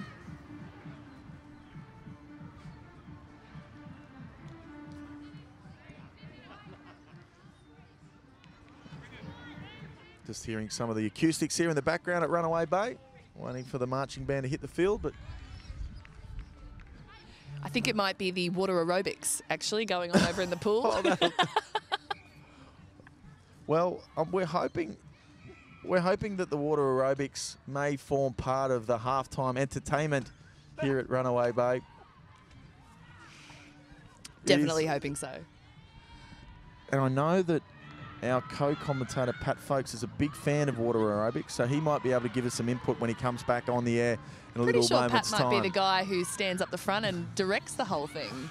He's a big fan of all sports. Pat is Adfru just hanging on here at the moment, looking to get the ball out, looking for one-out runners, and Lockett does her best just to chisel it away, and she does and makes a valuable 15 metres. Still 0-0, but Adfru are hanging on, and Western Australia starting to show their brute force through their forwards. And what a forward pack it is through Jagger, Outred and Barshard. Huge forward pack.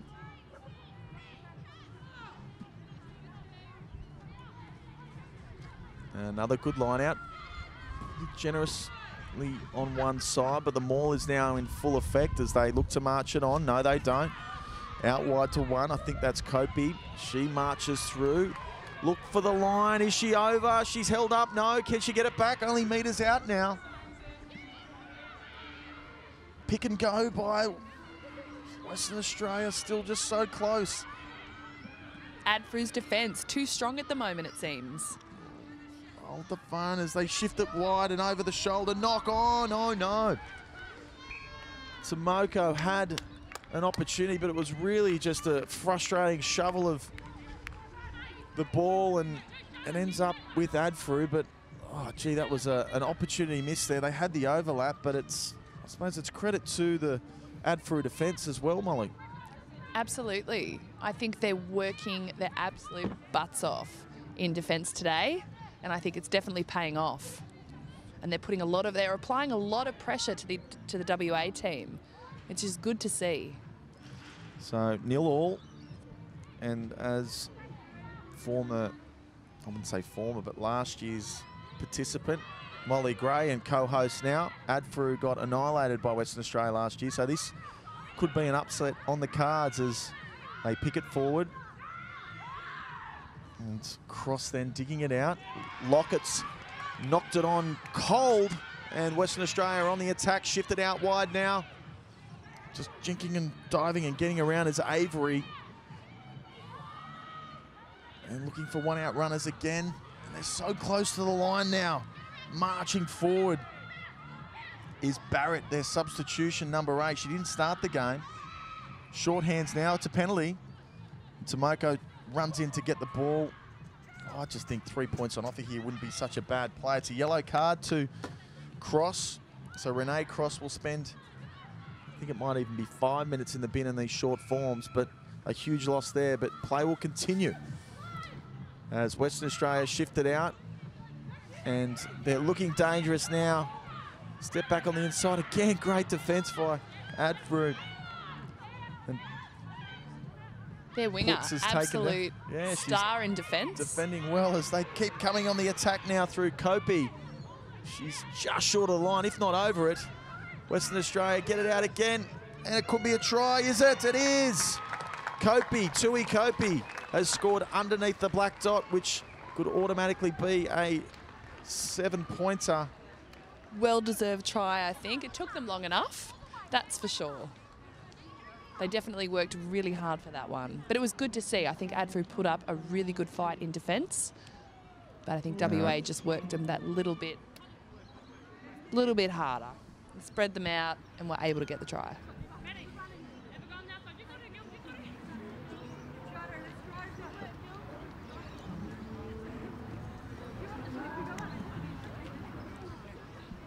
Well, you would think this is an automatic 7-pointer.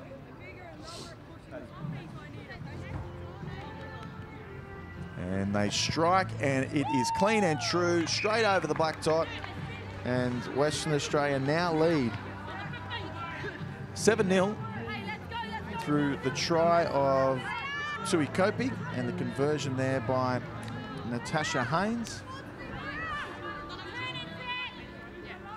But gee, 7 points after 30 minutes just shows you one of two things, that the resilience in the defence of Adfru is certainly there, but also this game is a really close one and very matched with both sides and both talent. The smaller Adfru pack hanging in there, but the power of the Western Australians starting to shine through now as they take things up on the way.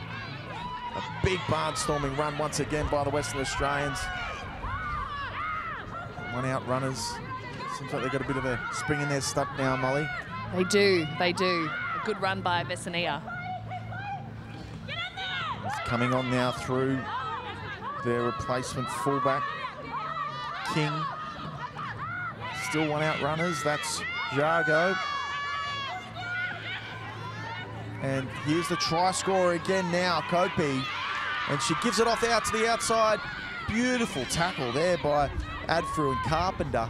Quick ball though, shifted out again. She's in everything at the moment. Look, Kopi, beautiful offload to her partner in locking position.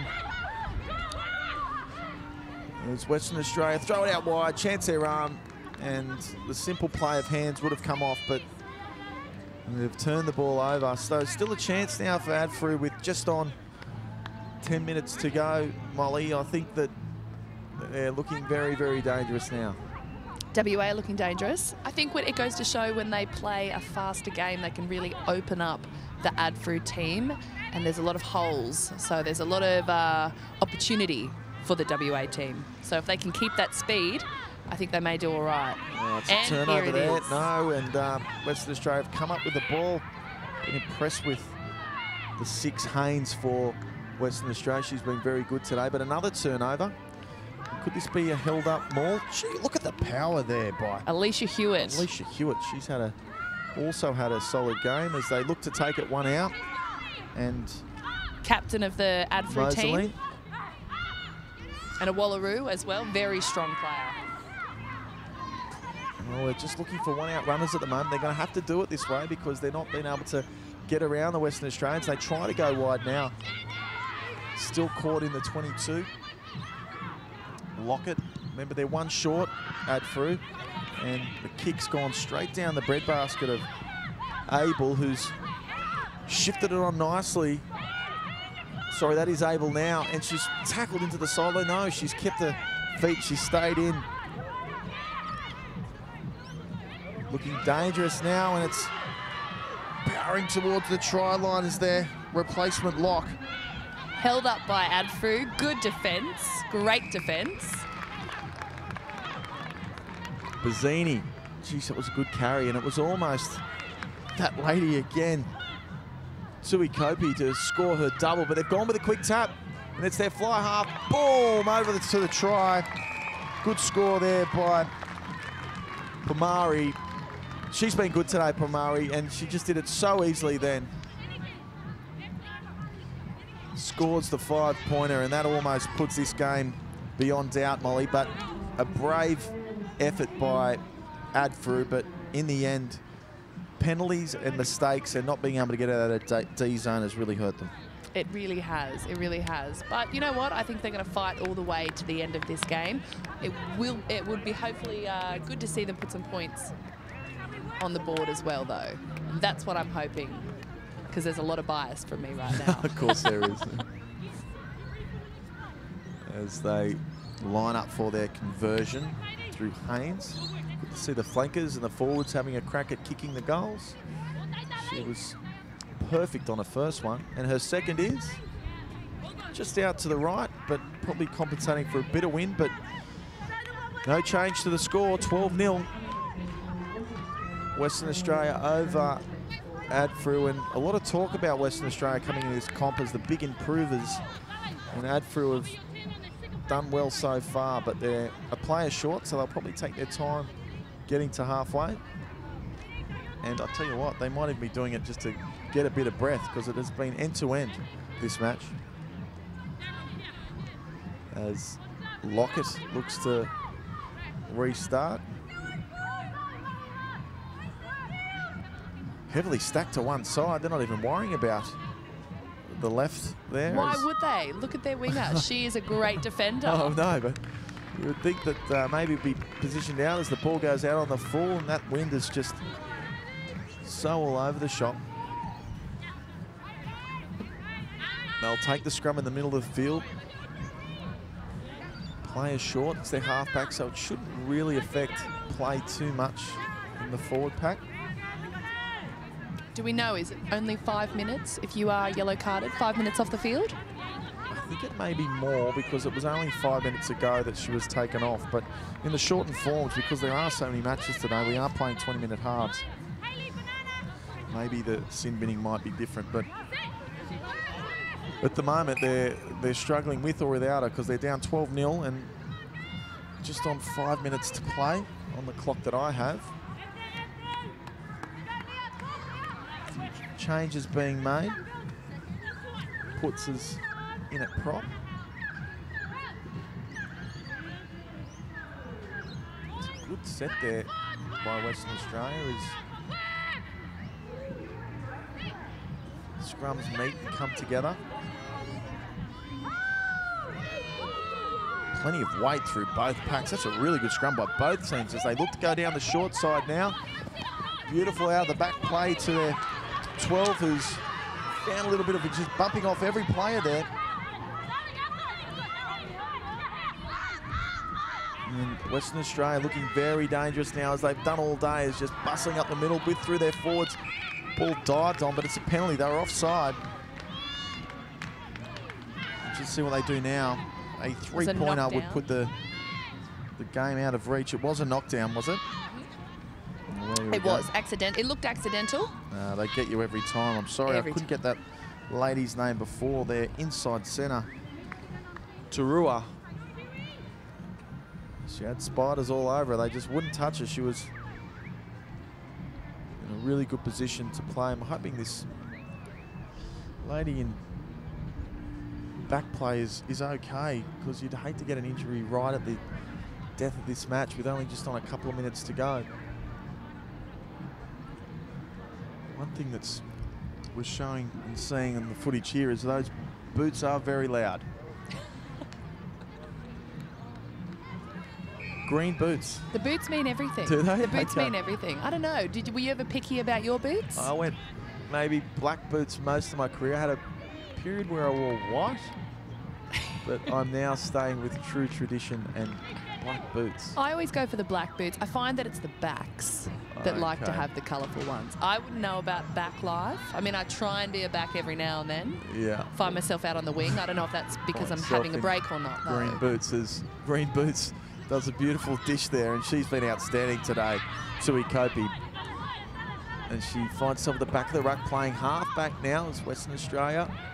Again, looking through, trying to bustle that run is that Tuora. She's tough to tackle. Western Australia, gee, they play a similar pattern every time. Straight up the middle through their big, bulky runners. Quick ball to their 9. Barkley. Are they held up? No, they've still been able to just fall short and Adfru. Putting up a fight. Putting up a decent fight. Yeah, incredible. Hopefully they can hold them out for... There's Tuora again, just only meters short. Can she get that ball back? She may be held up. This is a huge play now if Adfru can hold them out for this long. And the ball goes over the top, and Western Australia find the try line through puts. deserving try. That was a great throw. She was. Mercedes Puts, who's come close so far, so many times in this match, Puts, and she's got the 5-pointer for her club. And I think that might even wrap things up here, but and she scored 2 tries herself in Kopi, and she's decided to have a crack at goal. So she's looking to add to a total of 10 points for the tournament to 12. She's got the green boots on, the green kicking tee, there's green on the ball. And I'm sure any forward out there would be green with envy, thinking that they could have a shot at goal, but she's having a crack, and I'm backing her in. I always love seeing a forward go for a kick. I'm backing her in. I'm backing her in. Am I right? Yes. Am I right or what? What a kick Solid there by effort. Solid effort. Sui Kopi. She's nailed it through the black dot, and she's run back to halfway, absolutely owning it. And I would say that she'd be owning this match. She was the best on ground there. As we call up full time in the second match here at the Buildcorp National Championships. Adfru brave in their performance today, and as you said, Molly Gray, the big distance between the two teams last year, and there's only a couple of tries in it this year, and if things went their way early on and they could sort of convert that pressure into points, it may have been a different result, but 17-0 the end score. And your thoughts on the game? Big improvers, Adfru, but Western Australia way too strong.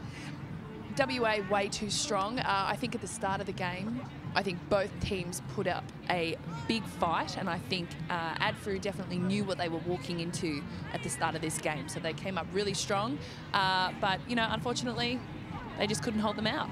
So well done to WA. Oh, well, they're certainly Sydney and Western Australia, the two winners thus far in the tournament, but I'm thinking that the other teams are being brave in their performances as well. As we know and mentioned during the call, Buildcorp, great supporters and partners of this tournament and women's rugby and all rugby at every level within Australia. But we'll cut now to some footage of their campaign and what the Buildcorp brand is all about.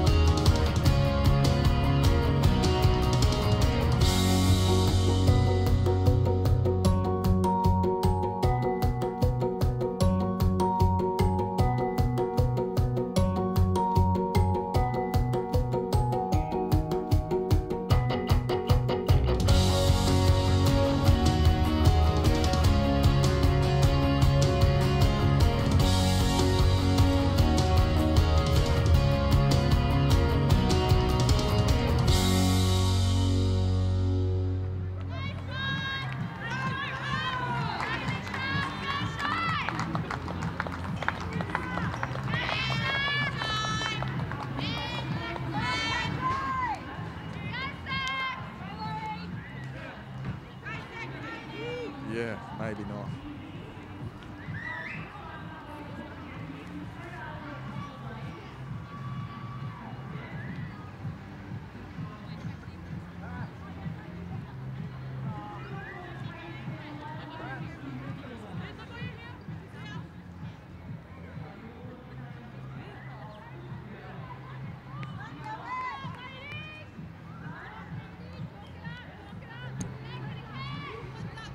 Here we are, game 3 of the Buildcorp National 15s Women's Championship. It's New South Wales Country taking on Queensland. Queensland with a bit of pink in their traditional red, and Country sticking with their traditional orange strip. As I'm joined here by Molly Gray, Wallaroo, and Women's Rugby Star as we get things underway. And good little kick-off there by New South Wales Country. Molly, these two teams, you've played against them last year and you've been in and around the traps for many years now. Who's the favourite and who should we be looking out for? It's always a tough one when it comes to Country versus Queensland. I find that Country is an incredibly tough team.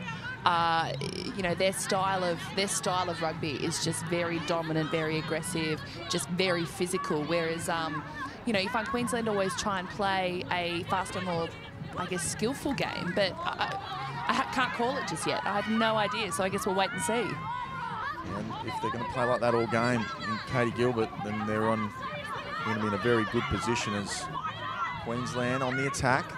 Through the middle, through their open side flanker. That's Brittany Duff. And Scott shifts through. Looking good now. Very structured, Queensland. Very impressive early on. Duff looking for that ball. Sorry, I should say that is Ono. The team sheets here, but it's a penalty to Queensland. And Harkey looking to find some metres. Pretty challenging conditions too, Molly, here. A little bit windy at the moment, a little bit. The clouds seem to have passed over us now, so the sun's back out, but it is still a little bit windy, which will make it a little bit difficult for the hookers. As you can see, they're about to throw the ball in, but I'm sure they will be fine. I'm sure they've thrown in worse conditions. And it's a good throw there by Queensland and well dug out there. I was about to say by the Reds, but they are red with a little bit of pink as they chance their arm and go wide very early, side to side. Great first phase attack there by Aki. And Aki delivers it again. Barnstorming run through the middle of Kemp. Short side play on for Queensland. And they're down the sideline in Aki. Aki looking for the touchline, and did she get there? No. Almost thought she got there, but what a cover defence by the lock forward New South Wales Country, Webber. Great try saver there. We've seen a lot of that today, haven't we? There's been a couple of teams where their wingers have taken off down the sideline, but the cover defence has been absolutely outstanding. And there, more times than not, it's been a forward as New South Wales Country win it cleanly and look for centre field. It's a great run there by their prop forward, Alua. Another strong run by New South Wales Country. And a good purchase on that kick, and Aki is back there. And she gets the ball now and looks to go back down that flank, and it's a great run there by Queensland's right wing, Kennington. Ball at the back. Long speculative pass, but almost intercepted there by New South Wales Country, but deliberate knockdown. Those damn deliberate knockdowns, hey? You never know if it's a deliberate or not. I'd say that was probably an accidental, but a penalty nonetheless.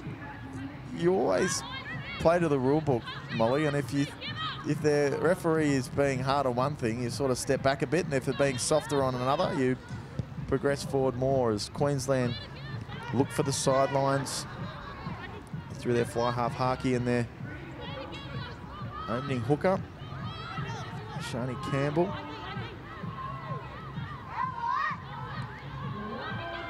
Good, solid line out, setting up a maul. It's a good looking maul too, really long spine and moving forward, looking very dangerous now here, Queensland. As they're just tackled into touch there. Great defence too by their winger. Is it Crothers? She's been around the traps for a while now. I know she had a good tournament last year in Sydney. Yeah, Rachel Crothers, she comes from she's actually a Defence Force member as well. What is she doing playing for country? I do not know. But that's all right because, you know, the more girls out there we've got, the better. But, yeah, Rachel she spent a bit of time with the Australian Sevens program, 2 years, I believe. So she's a great winger, very, very fast, very dangerous with the ball. Yeah, well, she's a player that we've seen plenty of over the years, and it's good to see her still playing rugby. As you would think New South Wales, about to say their hooker, but it's their blindside flanker, Brittany Duff, throwing the ball in. Good, strong take and pinched away, but no, attacked in the air, I think the referee's saying. It's not often you see a blindside flanker throwing in the ball from a line out. But I think that goes to show that sevens really does help. Yeah. She probably throws the ball in for sevens a lot, so... Multitasking as New South Wales country women have the line out just on their own 40-metre line. Throw is stolen by Queensland and taken forward there by Campbell, their hooker. And Harkey shifting it wide. Queensland offload off the deck. No, long ball place. Harkey again in the middle of everything. They look to go down this left touchline once again, and a great fend there by their Queensland outside centre, Masters. Back in the middle of the field now, Queensland. Ball places a good one. And there's Kay Hui marching forward. Ball looks to be held up here by New South Wales country. It is a maul, and they've stolen it. So they've got the turnover, country, and they may have even turned over their next phase as Queensland's stolen the ball back. Beautifully done. And Campbell again, a little hooker, making some metres down that short side. Terrible pass and a brilliant recovery there by Queensland. She almost turned inside out underneath the legs to get that ball back. She's done well. Very, very evenly matched contest here. I think there's a lot of ball stealing going on. And a lot of brute strength as these forwards rally up the middle of the field as Queensland go on the attack. And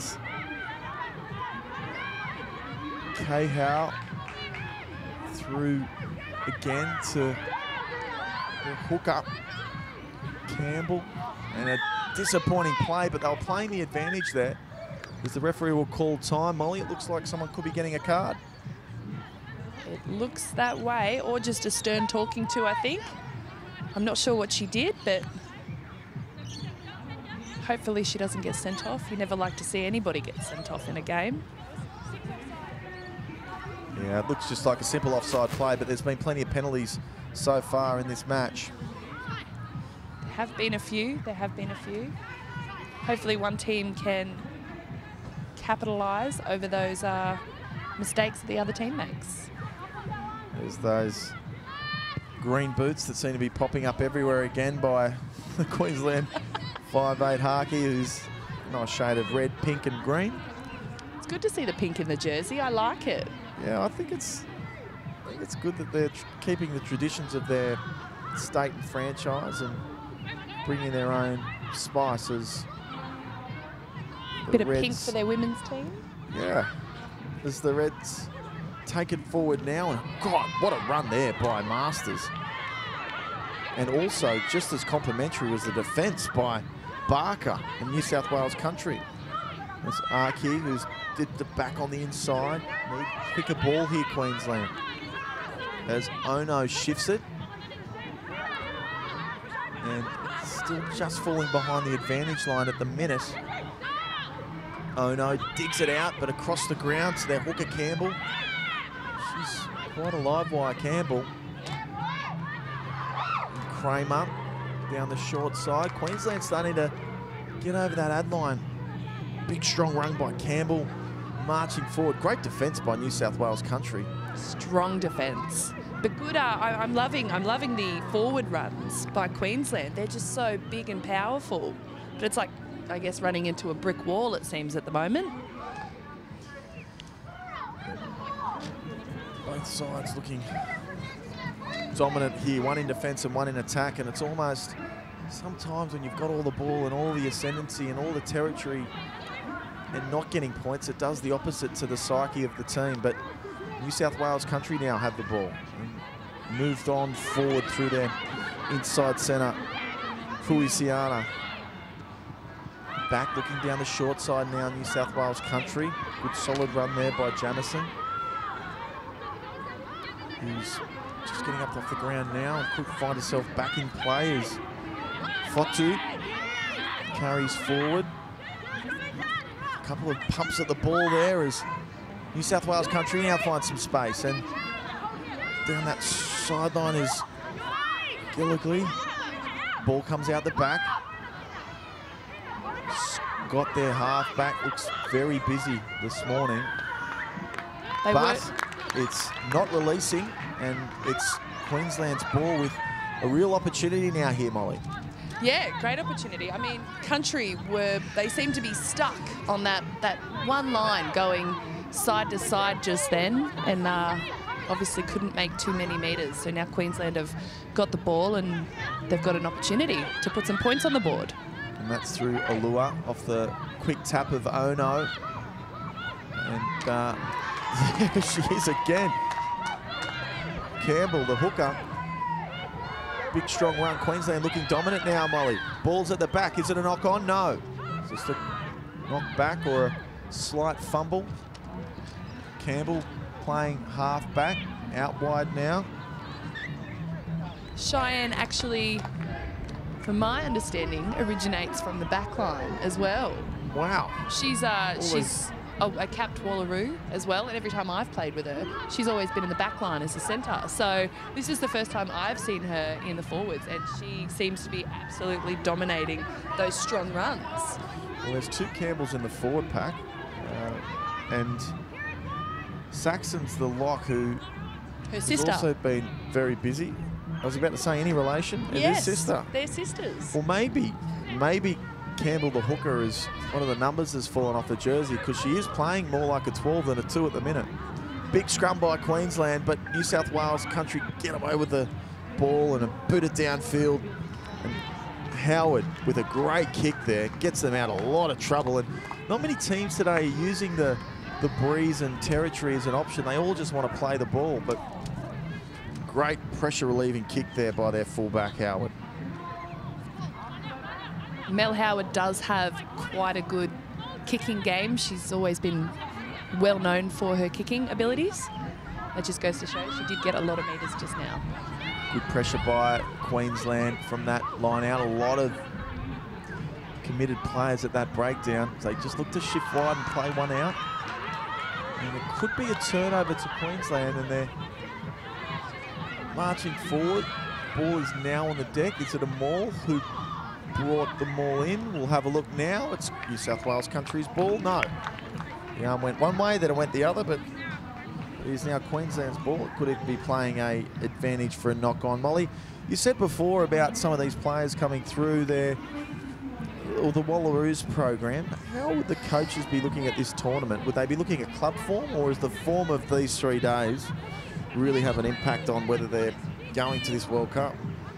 You know what? I think the next 3 days are definitely going to determine who's obviously going to be going to the Test match that's in 3 weeks, and then the World Cup, which is in August. Of course, they've got a series against England, Canada, and New Zealand in New Zealand. Is that right?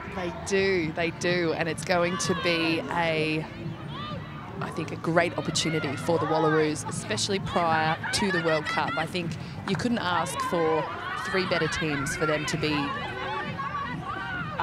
versing in the lead-up. It's great preparation for them, but the coaches do have a big task ahead of them over the next few days.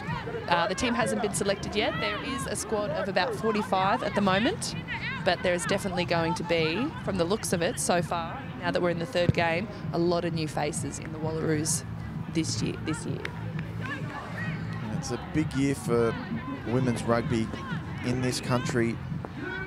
And it's a big boot by Howard, Mel Howard, once again, to get New South Wales country out of their end. It's just a line out now on halfway through their flanker Duff. Managed to win the ball, although not clean. Ball's turned over now. Queensland on the attack and the counter as they look to shift wide. Are they going to play field position? Yes. But Mel Howard now has the ball, and she's looked dangerous with the boot. Runs into the Queensland defence, and it could be a turnover to the Reds. No, it's not. One out running, moving forward. New South Wales country. And you wouldn't believe it, again, 0-0 in this match. So all the teams very evenly placed so far here on day one of the Buildcorp National Championships.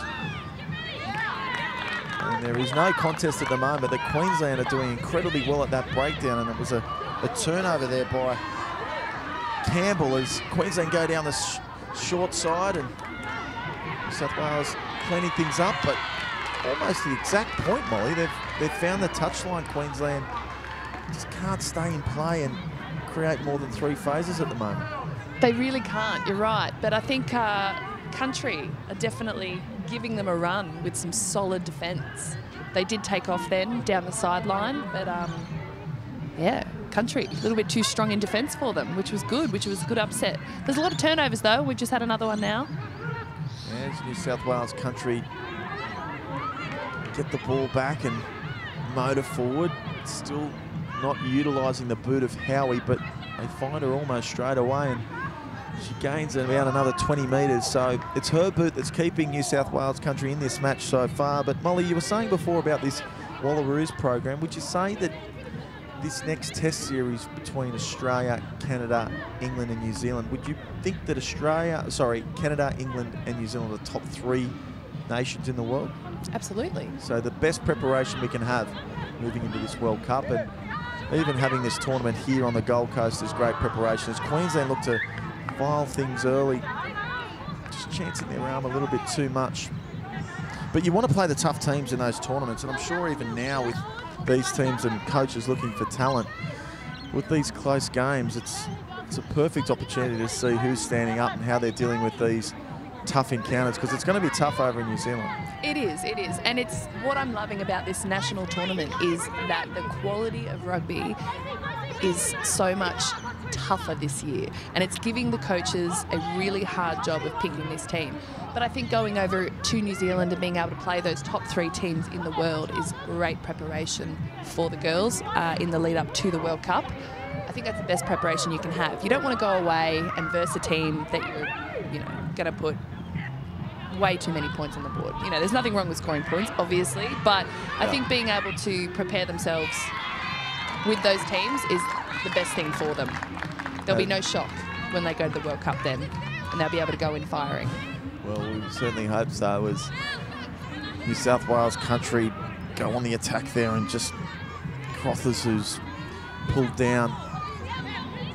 She showed some speed, but then all of a sudden Queensland quite easily tracked her down, not because she wasn't fast, as they were just as fast. As New South Wales country come away with the ball now through their number 8, who's popped it up off the deck. A beautiful little segue of play there by Osler, and one out running by New South Wales country. I think that was Henry. It was.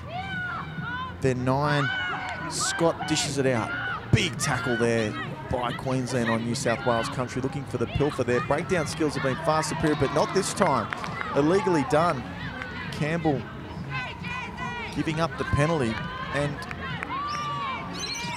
it is blowing a gale here in the commentary box, but Kramer for Queensland having a bit of a word there as well, but they've decided to take the quick tap and not the line out. So Scott gives it off. Good tackle there by Campbell, the hooker. One out running by New South Wales country, plugging it forward through Jamison. Pick and go here by country again, and that's the hooker, Fatu. Now we're looking like we want to play here, New South Wales country, coming out wide. And Crothers gets the ball, probably 10 minutes behind the breakdown, but a turnover to Queensland and a potential penalty on the way. It is. She's been kicking so well today, Mel Howard, but coming through on the side there, and she may find herself having a bit of a break. And she does. Yellow card. It was a bit of a silly play and one through maybe potentially some frustration, Molly, where they had the attack and she's just coming from the side. Yeah, you know, I think just got a little bit too excited then. But, oh well, ref's call, I guess, and now she's just going to have a bit of a breather. Let's see if Queensland can capitalise. The ref has had enough, so they're obviously stamping their authority on this tournament early on. Queensland knocked forward by the Reds as New South Wales country come away with the ball. The back of the maul now is Scott, who dishes it off. Great defence there by Aho.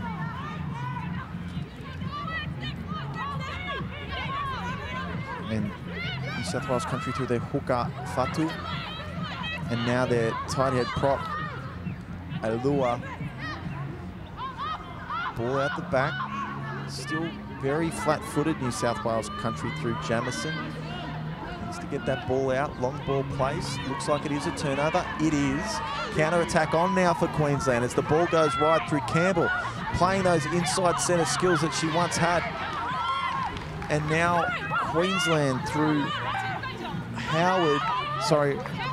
Kramer. Big, strong run again by Queensland. It's Aho. And a turnover. So really end-to-end rugby now here. And that's Jamison, caught behind the advantage line, but still managed to get a decent metre, but no, turned over by Queensland. Their work at the breakdown has been sensational, but Campbell takes it away. The hooker marching forward. A little bit isolated, but can they get the ball out now? They do. Reds on the attack. Need to get the ball out wide, and they do. Through their winger, Archie. Just simply placed on the ground. It's an interesting tactic there. And she's been impressive so far too here, Aho. Queensland looking very, very dangerous now as Aho again. Is it going to be across the line? And it is a try to Queensland, Kennington. And it was always going to happen, Molly Gray. They looked very, very strong. They've got one in the bin, New South Wales country, but it was the hard work in the middle and up the centre of the field by Aho that gave the opportunity for the outside backs. And Kennington, Charlotte Kennington gets the first 5-pointer in this third match of the national champs. A well-deserved try, I think. There was a lot of determination there, and they spread the ball wide, and they spread it fast as well, and they really fanned out country's defence. Very good determination. Yeah, it was a great try there by Queensland, who are starting to show their dominance in this match. As we now have the opportunity to add the extras. Bringing back the Queensland that we all know as a very fast, they've always been well known for their fast back line. And now fast hookers. Yes, in Campbell. Yes. She's an absolute star of today. She's been good so far. Her running is outstanding. They're so strong, and she just seems to be breaking through and breaking over that advantage line every single time she touches the ball.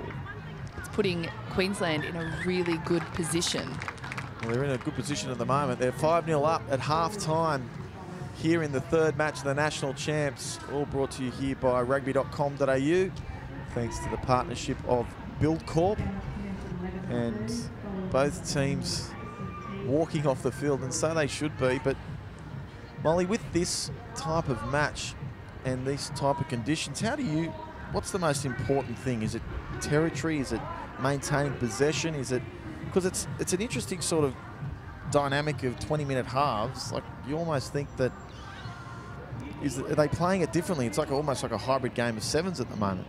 It is a little bit. I think everyone, because they only have 20 minutes, I think everyone's a bit jittery, and they think that they have to possibly do something every single time they touch the ball, which seems to be causing a lot of mistakes, which then obviously there's a lot of turnovers. So I think the main thing for this game is to just try and hold on to the ball for as long as possible. But do you think now with the way, I suppose, sevens is having an influence, and it's funny that we talk about sevens having an influence on 15s within the women, and in the men, 15s more so having an influence on the sevens program, but you're seeing players now coming into the 15s games with the women's that can play many positions. The back rowers are probably a little bit shorter, and the wingers are probably a little bit stronger. It's interesting that they're all almost like the same body type across the field now. Is that something you've noticed within your time in the last sort of 6 months of the game? yeah, I mean, it's definitely something that I think there's more depth in our skill sets now, which is great to see. You know, you've got girls who go across into the sevens program who have never, you know, thrown a ball in from the sideline before. So now you see in country, for example, Brittany Duff, who is the blindside flanker, who's now throwing in the lineouts. So I think it's bringing more depth to the game, and there's also a different speed to the game now as well, which is great, which is what women's rugby needed, because for years we have been playing at a somewhat snail pace. So it's nice to see that the game is definitely quickening the pace a bit. Well, it's certainly been a tough affair in both of these matches that I've called. The game 2 and game 3 really tied it in pretty much the first 75% of the matches. 0-0 here at half time. 7-0 to Queensland with that one try scorer. It was, in fact, Charlotte Kennington, who scored the 5-pointer unconverted. But we know in this tournament, the star teams that are Queensland, Sydney, and you'd put Western Australia in the mix as well, because they were brilliant in their win over the Australian Defence Force team. And I think the future of Australian rugby is in good shape when it comes to the 15s program, if we can put on more tournaments like this, as we're joined now by Paddy Folkes. And Paddy has a big passion and a big role for the women's game in this country. Are you impressed so far, Pat, with your sideline eye of some of the talent that's coming through? Absolutely, Adam, and thanks. It's great to be back here with you. I think we've definitely seen already today that, I mean, the standard of this competition over the last 3 years has really grown. I mean, the investment by the ARU High Performance Department to ensure that this competition is a regular feature on the Australian rugby calendar is certainly, I think, really starting to pay dividends. You're seeing the catch pass, the line speed, the aggression, I guess, from the teams moving up in defence is really strong. And I think what we saw from that Queensland WA game just really shows the depth of the playing standards coming through. I mean, Queensland's always been there or thereabouts in the top 3, as of WA, and they've obviously got some talent coming through. So it's certainly exciting, and I'm enjoying just a bit of women's 15 footy, Adam. It's not bad to be down here on the Gold Coast, and I dare say if the sun was out, Pat, I may be on the side of the pitch in the boardies or the Speedos to watch the game, because we are in one of the nicest parts of Australia. We know how much you enjoy getting out in your Speedos, Adam. No, but it's tough conditions. It's a little bit overcast, very windy, and we've had a patch of rain, and the standard of play's been very good. But we will know after this match who the clear leaders of this competition are. And I just said before, Queensland, Sydney looked incredible in the opening match. Pat, you would agree with that. And I think Western Australia would be very, very much on point with their form. As Queensland go for the restart, and that's well taken there by New South Wales country. Well inside their red zone, and they're going to look to run it out. Yeah, and if our Facebook followers are joining us now, they're on the second stream.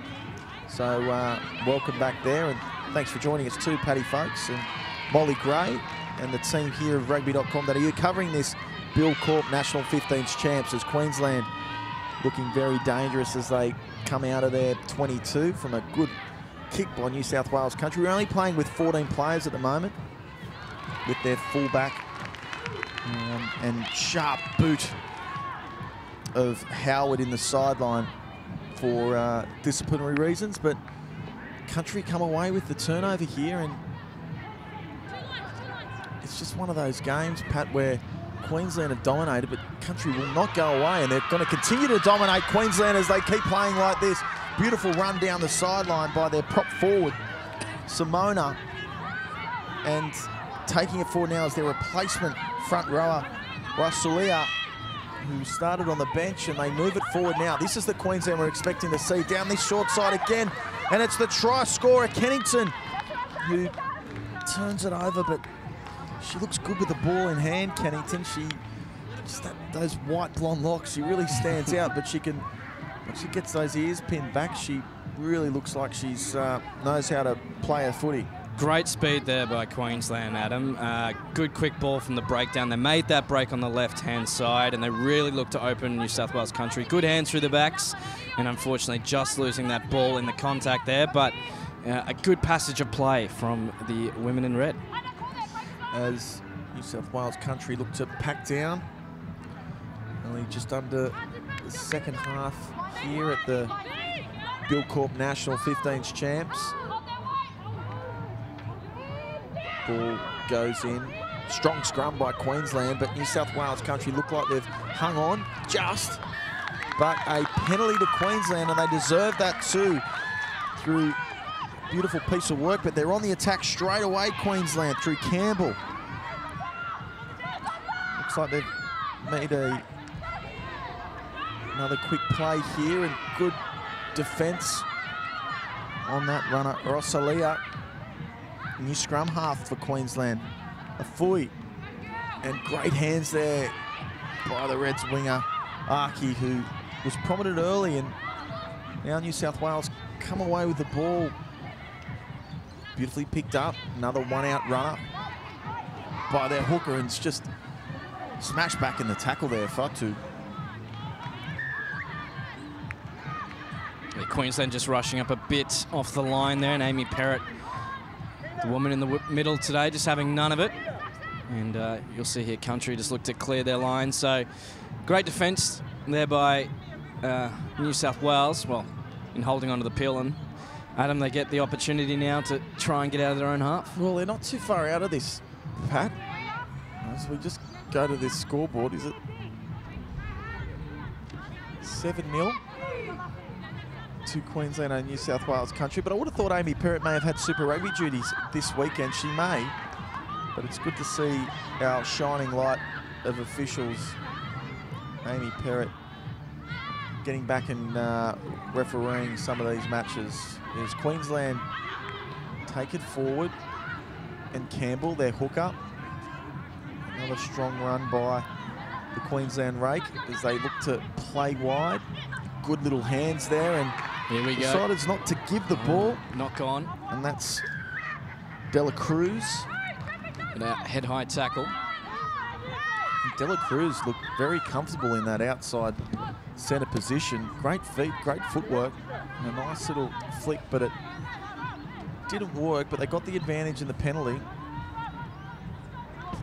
as Afui decides to take the scrum. And why wouldn't they, Pat? Because they've looked very dominant. And the one thing that has been impressive by the Western Australians and the Queenslanders is their strength at scrum time. Yeah, we've already seen that domination earlier today, and it's really shaping up, I think, across the championship as a key area of the game for a side to dominate. We saw Sydney dominate South Australia in the scrum earlier today. WA and ADFA had some great scrum battles, and if the pack can set it up for the backs, I mean, it is simple footy, but it's so key in this championship. If you've got a dominant scrum, you're going to need it over the 3 days to make your place in the top four. And that's what you need to get to, is the top four on the final day here in the Thursday, Friday, Saturday tournament here on the Gold Coast as Queensland feed it in. Big, strong scrum. But New South Wales Country coming back on the attack now, but Queensland get the ball, playing it up in the middle of the field. Great carry there by the Reds. It's that lady again. Masters this time. but looking good now Queensland, but just need to settle a bit as Dela Cruz carries forward and wins the ball back nicely. Playing in the centre of the field is Aho, who keeps her feet and makes a couple of extra metres. Queensland on the attack, looking to play wide, and they do. Nice flat ball to the replacement, Russalia. Bridging over the ball, Kennington getting in there and digging it out. And a good little run there by Fui. Just 5 minutes out now, Queensland. It looks like it could be a turnover. Have they won the ball back? No, but it's a pick and go through the middle. Is it a try? And yes, it is. Queensland have scored the 5-pointer. It looks as though I'm just trying to get a jersey number on that. Pat, did you see the try scorer? I did not, Adam. It definitely looked like one of the forwards. And it was just some great lead-up work there by the Queensland top 8. So we'll just have to have a wait and have a see. But we'll get the try scorer across in a minute. But Queensland looking very, very strong there. But I believe it's just come through all the wires now. They're 15. Their fullback Kramer, Laurie Kramer, scores a try for Queensland, her first of the tournament thus far. And it was done by the good work of Kennington, the other try scorer for Queensland. Good breakout work and strong clean out. Gave the opportunity to Kramer, and she dots down and gets the 5-pointer as she now looks to convert her own try. And you can just see the breeze here is knocking the football over the kicking tee. And the wind has certainly picked up, Adam, in the last few hours. And those clouds circling above us here in the Sunshine State, causing a little bit of concern for you and me out here in the elements, but no doubt for the players as well, because it's this tournament, not only is it about winning, it's also about how you recover and prep, and I'm sure teams wouldn't want to play in constant rain as that ball is sent to the left, and so it has been missed. But we're really seeing a good clash here between these two sides, Adam, and we just see New South Wales country just to hold on to the ball a bit more. We might see a bit more from them. Yeah, looking to New South Wales country, I do dare say that they're being dominated by this Queensland side, who have just looking at another league as some more replacements come on for the Reds. As we look to get things underway, New South Wales country, their fly half Barker, solid kick and gets a name on it. And I was just about to give the hooker a rap again, Campbell, who's dropped the ball cold, but Pat, the conditions here it's an interesting one, because you've got, when it is just a little bit wet, and it can almost create a layer of film over the brand new footies and make it very slippery, and the breeze is just going from everywhere, so they are very challenging conditions here, and challenging for the fans too, because there is a quite amount of fans here on this side of the ground where we're actually calling a game from. It's good turnout, so the Gold Coast love watching any sport, and they love watching their rugby as well, as Queensland putting that pressure on that scrum and forcing the turnover there. And the fly half of New South Wales country, Barker. But Pat, these third year of this tournament, am I right in saying that? The national champ? Fourth year. Pardon me, fourth. It has been running, I think, traditionally the AO used this competition just in World Cup years, but in the last, we've had this since the last World Cup cycle as well. So building up to obviously the Women's Rugby World Cup this year to be held in Ireland. Are you going to that, Pat? I don't think so, Adam, but you never know. Okay. You know, you never know you're like in the big city. Well, it'll be pretty impressive, and Ireland certainly now to put on a sporting, but as Queensland give away that penalty for hinging, it appears. And that rain is definitely just picked up as we're speaking, Adam, and it's coming in sideways. No, well, we're here to support the footy, and we're somewhat undercover, so we're in decent shape. As 10 minutes to go here in the second half of the Buildcorp National Champs, and lucky for me, I brought a jacket as New South Wales country meander to the line. Well, they've definitely got the wind at their back now. They do. And hopefully it'll convert to points as Duff lines the ball up. You're very nervous as a hooker in this situation when you feel that breeze coming across and a bit of a wet footy, and let's hope she finds a way at the front. And they've tried at the back, and a beautiful throw there by Duff as Queensland Country go on the attack and look to play wide and almost play a bit of futsal as well. And the ball gets out there through Croffers, and yeah, Amy Perrott having none of that with that high tackle.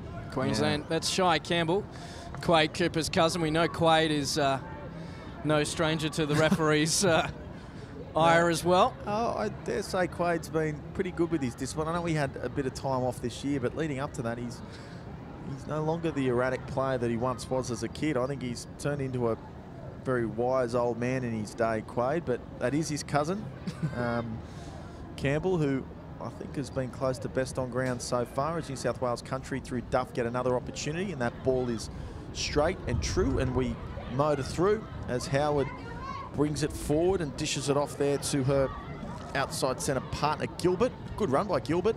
Ball's at the back. New South Wales Country motoring forward through their hooker Fotu, and she's been really strong in attack so far this morning. One-off runners still by New South Wales Country, and Barker looks like she's jumped in at halfback now. Advantage to New South Wales Country. Here's Fotu again. She cannot be tackled, and they're 7 metres out now, New South Wales Country. Barker digging in to get the ball, one out runners, and here is that lady again, Howard. She nearly crosses the paint, just 2 metres out now, New South Wales Country. This will be really interesting if they can get the 7-pointer now. They're only a metre out. And Amy Perrott played a decent advantage, and she'll go back to the spot. It's disappointing there for New South Wales Country, because I thought they may, Pat, have had an opportunity to get a 7-pointer, because I wouldn't think that anywhere outside the goalpost is going to turn into 7 points with these conditions and the breeze and the rain coming through now. As Fotu goes motoring forward, she's just a metre out. As New South Wales Country desperately looking to make a contest of this match.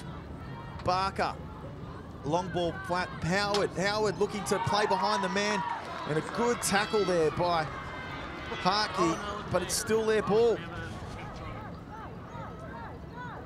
And Queensland have turned the ball over and hacked it out to the side, and it is pelting down here on the Gold Coast. It's definitely raining, Adam, as we shift our commentary position a little further down. It's fine. We've got everything being taken care of. We're in a good spot and good conditions here. Really like that line speed from Queensland, Adam. They were moving off that line quickly, matching New South Wales Country in the attack. Shows the dedication of that Reds jersey. Yep, that's true, Pat, but it is certainly difficult conditions here on the Gold Coast as New South Wales Country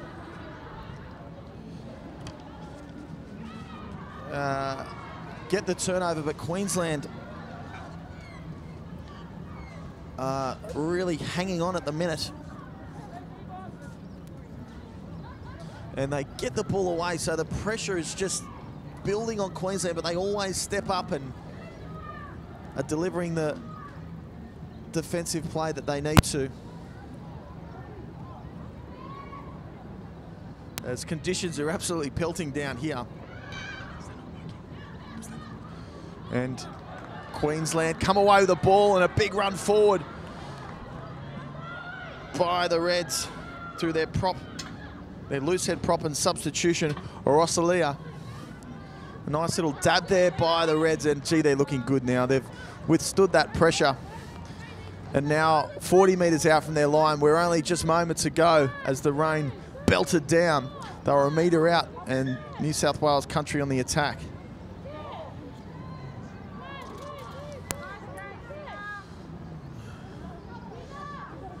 And they do call it the Sunshine State, but today we're not having anything of it, as New South Wales Country are running out of time in this one.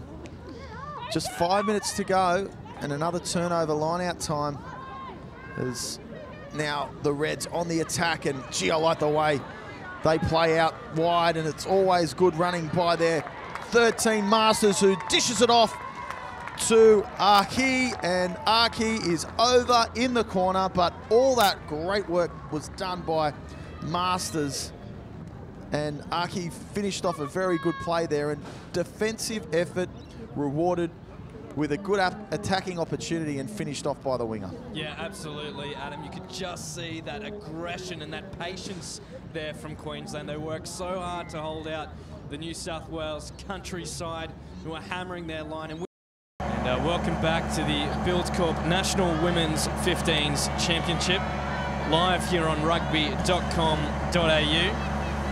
We're bringing you every match live of this championship. We're about to see Victoria and the ACT do battle.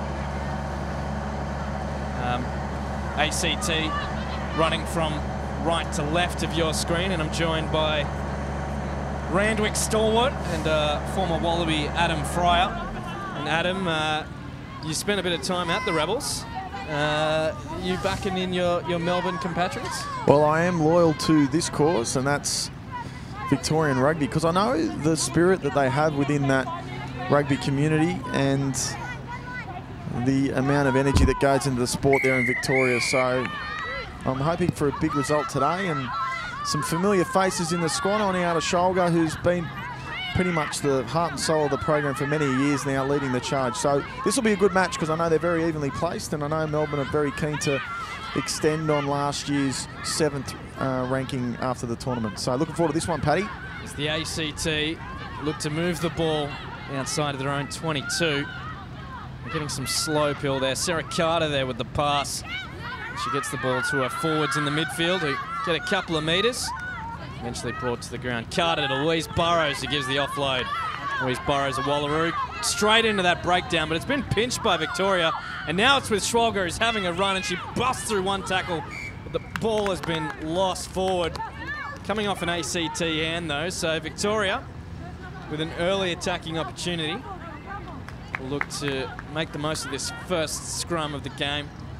And as Adam Fryer just mentioned, Anita Schwalger, such a stalwart of Victorian rugby, and for the Wallaroos, she loves a good scrum, and we'll be looking, Victorian Park will be looking to make a statement early on here.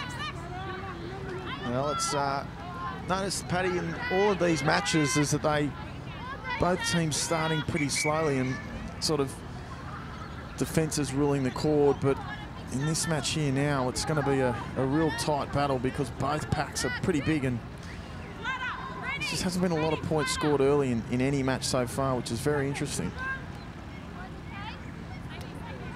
So here we go. Megan McCartney with the ball for Victoria, the scrum half. Looking to feed it in. And that's a good scrum by the ACT. They have monstered the Victorian pack. And the ACT now in possession. Close to halfway. Carter finds Burrows, calling for it. It looks to give the offload, but is met well by the defence, and there's been a knock-on. And those slippery conditions after that brief heavy rain we endured, Adam Fryer, starting to potentially take its impact on these two sides looking to move the ball a bit quickly. Well, the conditions have been really tested here, because the rain did come. It was very windy this morning, and difficult for lineouts. Now that the heavens are opened up, handling errors could be an issue, but I think you handled the situation well, mate. I know how you get upset about how your hair looks in these broadcasts, so you did well to keep it together, keep your cool. And as your fellow commentator, I appreciated that, mate. As ACT earned the penalty from another excellent work at the scrum, and they'll look to capitalise. Clearly an area that I think they can potentially use in this match against the Victorians.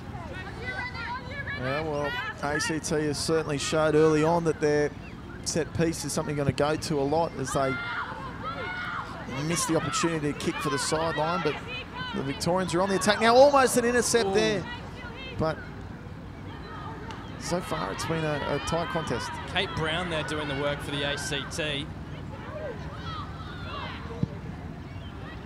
As Melbourne or Victoria clear their lines. Here comes the ACT again, little dummy. And that ball's very flat, and that's going straight over the sideline.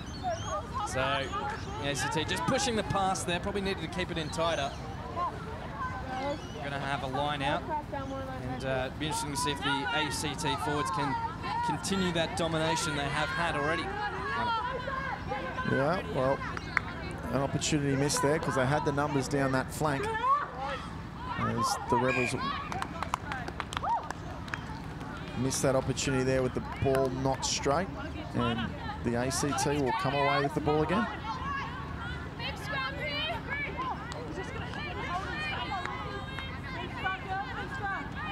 So we've got another scrum just inside Victoria's half. Great jerseys by the Victorian side, really matching with the Rebels themes, and obviously, as you mentioned, Adam, before, the colours of Victorian rugby. It's the ACT. That's a poor ball there by Carter, but she manages to get it back. Here comes the ACT with a huge hit in defence, and that's caused a knock-on. That was great tackle. We'll get the number in a second, but Victoria have now got the opportunity to attack on that far side, but they've just gone into touch. Looks like we'll come back for the advantage. Yeah, I think that was Kozanek who made that great tackle. And you find that now these days that probably the best defender on the field is always your 13, and she was certainly right up in the grill there of the ACT. Well, the Rebels can come up with the big plays, but they need to be able to string some plays together, and they've got to get that from their set piece. They're not getting it at the moment. So here comes the scrum. A lot better by Victoria. They've held their own. And the ball's now out through the Victorian backs, and that's a great inside run.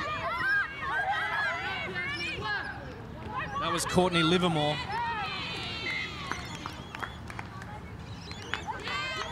We've had a double knock on. So scrum's the theme of today, and I know, Adam, as a forward, front row forward, that definitely excites you. No, but there's too many scrums. There's not enough time with ball in hand. But spoke about it before, Oniata Sholga, who's the only Wallaroos representative, and their number 6, Ashley Masters, my apology, has also had some experience in the national side. Brumbies ball, and looking the better side at the moment. The ACT. That's a great run there by Courtney Livermore. She gets a few extra metres.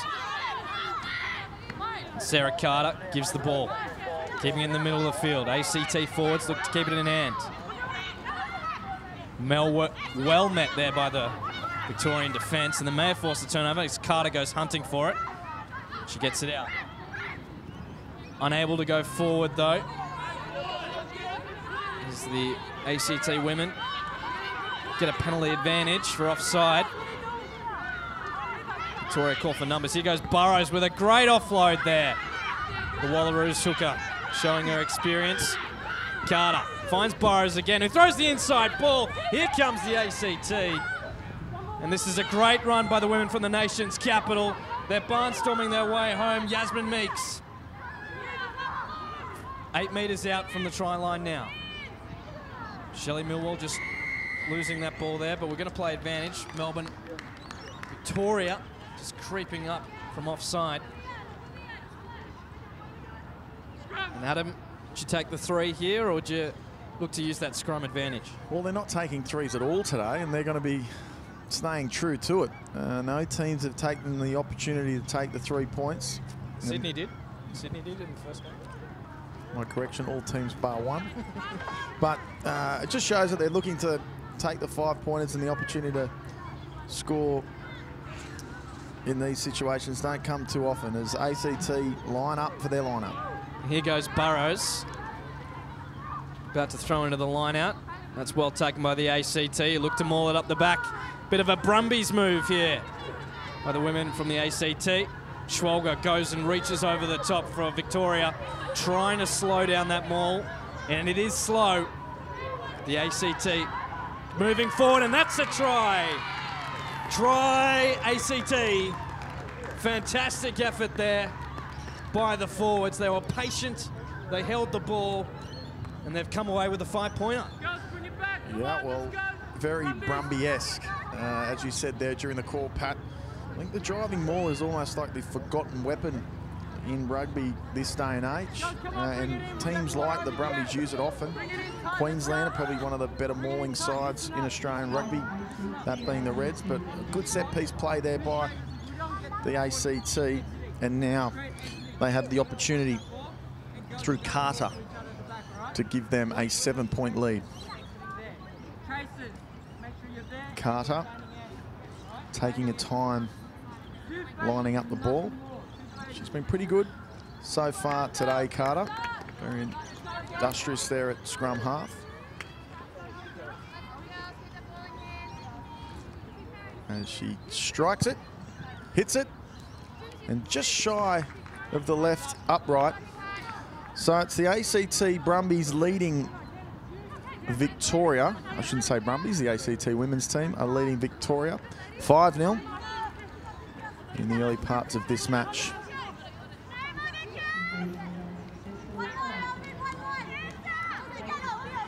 So we look for the restart by the by Victoria. Burrows is underneath that. She hasn't been able to grab it. It's a good reset. And there's definitely hands in that ruck. Oh, I think the ACT have been a bit cheeky there. I'm not sure if that was secured from standing on the feet, but they've got away with it. Yeah, great play there by the ACT. And that's what I said before. If you know what the rules are and you can bend your way around them, you're always going to do it. And they had certainly done that. Bit of an AFL drop punt to the side there, and the screams are not out, but a great kick there. Probably a 30-metre gain, Pat, as ACT on the attack through their skipper Burrows. The ACT have had a great lead up to this tournament, Adam. They played a game against Sydney in a double header before a Brumbies game as the ball goes over the top. And that's taken by Michelle Millwall, who does well. Now the ball's out in the backs. And this is a great run. That was centre Courtney Livermore again. Here goes Shelley Millwall. Slow ball by the ACT.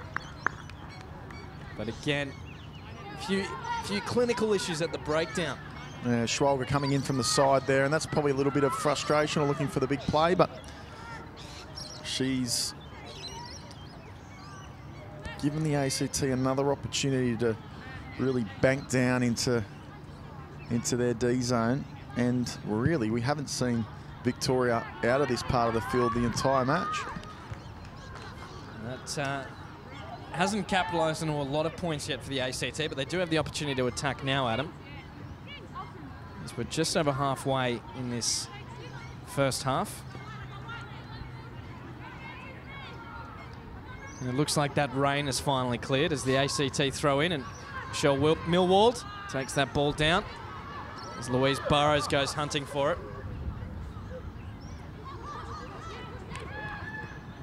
Oh, and that ball's been lost by the ACT. Good running lines, but the pass just wasn't quite there, Adam. No, great set-piece play by the ACT, and really liking the look of their fly half, Meeks. Almost Larkham-esque, and a taller frame, and really manning the troops out there. But really been tough on the deliberate knock-ons this year, the referees, and especially in this tournament. So probably fortunate that the Rebels aren't penalised against that. But this is where you want to attack from, Pat. Centre field scrum, about 15 metres out, with play either side. They go down the open side. As the ball comes off the back of the scrum, and Carter, the scrum half, goes looking for it. She looks to throw to the right, but she goes to the left. And a little ball there by the ACT. This could be a try if they hold on to it. And it's there. Fantastic effort by the ACT. Great hands. And they just pushed Victoria in defence. And that'll take the score to 10-0. Yeah, we just mentioned her before, Meeks, and she has been doing a lot of leading out there now, and it was her time to share in the spoils, and it was off the back of a good running play there by the ACT, but Meeks was Johnny on the spot and got the 5-pointer and has given her team a 10-point lead.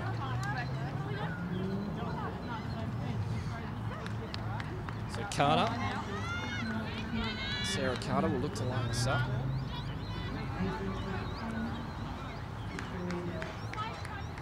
To add the extras.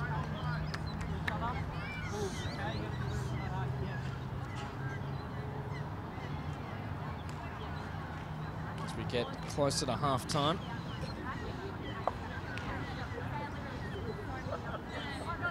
Takes a step up, and that kick looks good, and it's there. So that's the ACT 12. Victoria yet to score in the first half of this match, and you're listening live on watching and listening live on Rugby.com.au of the Buildcorp National Women's 15s Championship. And wherever you're joining us from, thank you.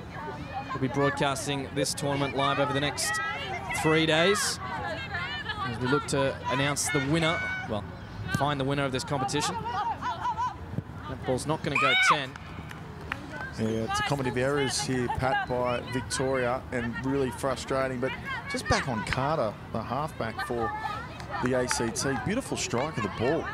Their first kick was just shy of the left, and got a really nice boot on her, and been one of their better players so far. But her and Meeks, and I know they've had that cohesion because they've played in some games leading up to this tournament and played against Sydney, who last year's champions and tournament favourites. I think their combination is going to have to be strong to continue this tournament. It's looking very good so far in this match. Here goes that scrum. You just hear that thud of the two packs coming together. This is a great run here by the ACT. They're looking good, and Carter now with the ball. She offloads. The ball hasn't gone backwards. No call from the AR, so it's play on. But Victoria, now we get the call. We're going to have time off, bit of an injury concern. Yeah, Sure, I think that might be Carter down in back play, Adam. yeah, I'm not too sure, but it's been quite physical, this tournament. It is Carter. But you look at the size of these packs and the way that both teams are going at it. You saw in last match where Queensland, it was just almost brutal in the way they were defending, and in this match here as well, ACT taking it to the line. But Pat, you've been involved with the Wallaroos program for some time, and you've seen a change in the way women's rugby has evolved and developed over the years, especially with the success of the sevens. And we certainly want to keep them as separate sports, but there is some crossover now happening, and I think the sevens success in Rio has spurred on this form of the game, that being the 15s form. Well, I don't think there's ever been a more exciting time for women's rugby in this country, Adam. I mean, obviously the biggest year for the Wallaroos that they've ever had this year with the New Zealand tour. They'll play New Zealand, England and Canada, the best three sides in the world, and then they'll head to the World Cup. And off the back of the success of our Aussie women's sevens team with a gold in Rio, it's certainly exciting. And it's good to see Carter up and about and jogging back in play.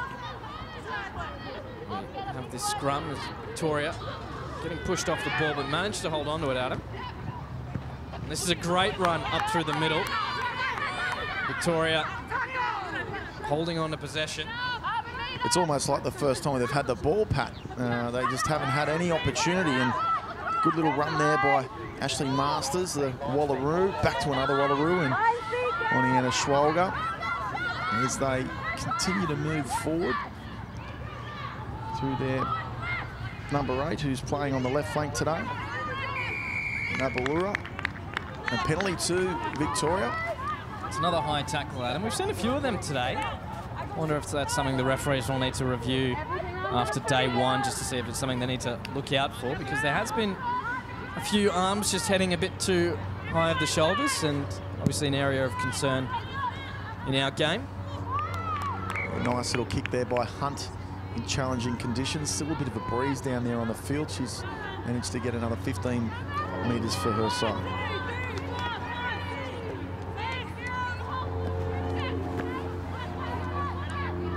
So, Victoria, that line out, the definition of not straight.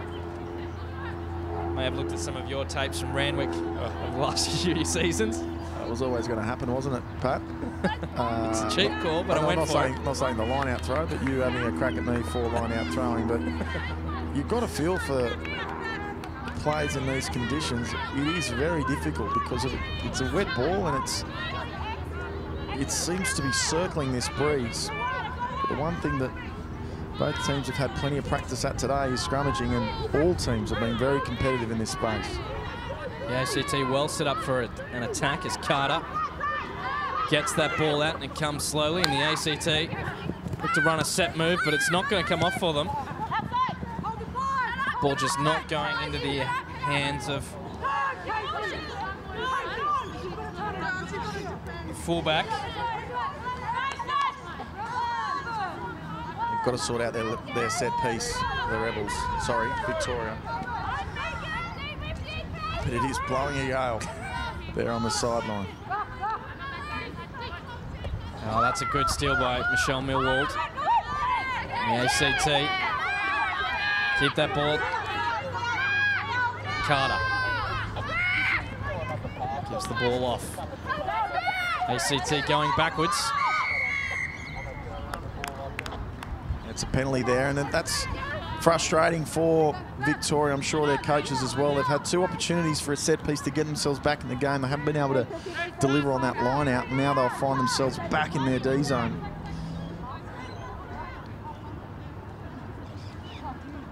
So Carter looks to kick for the corner. Doesn't get as many metres as she would have liked, but that's half-time here in this game. So it's the ACT 12, Victoria 0, yet to score. And big second half coming up if Victoria want to get back into this game, because the ACT are looking the goods at the moment. We're going to take a quick break here on Rugby.com.au. We'll bring you the second half of this match live, so don't stray away too far. We'll be back in just a moment.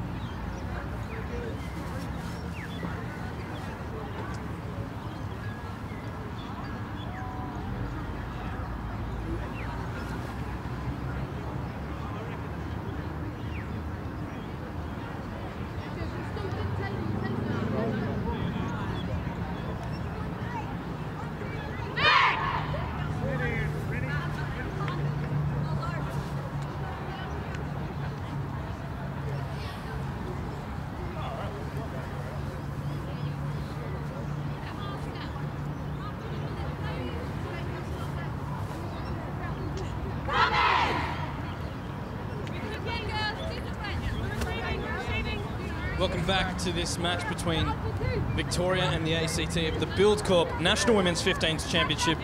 I'm Patrick Folks, and I'm joined by my good friend and colleague, former Wallaby Adam Pryor. And Adam, big second half here from Victoria if your beloved Victorians are going to get up against the ACT. Well, ACT is certainly dominating this match thus far, but they really have had no ball, Victoria, in this game here, as that ball has gone out on the full pat, so maybe the momentum may swing just in this period, but trailing 12 points to 0, it's going to be difficult to come back from this one. As we already have a scrum in the second half, as the sun, the weather here on the Gold Coast has been raining if you're just joining us. We had a bit of a sideways rain action earlier on, and it's now just starting to clear up, and hopefully we can see some of that beautiful Gold Coast weather that we all know and love if you've been to the Sunshine State.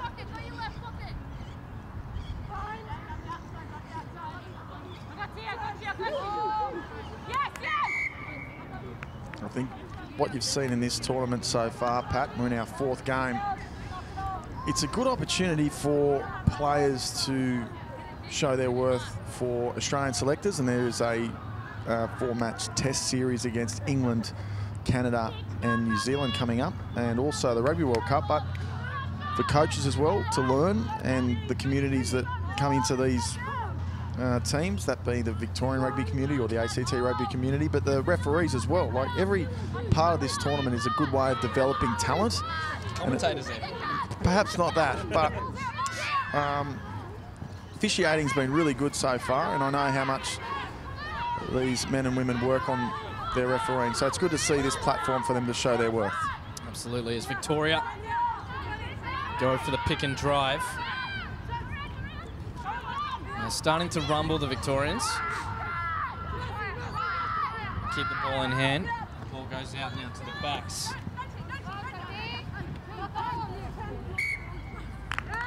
Yeah, a disappointing result there. Hunt, their 5'8", really looking for runners back on the inside, but just not happening for Victoria at the moment, Paddy. There's opportunities out there, but they just can't seem to even get past one phase at the minute.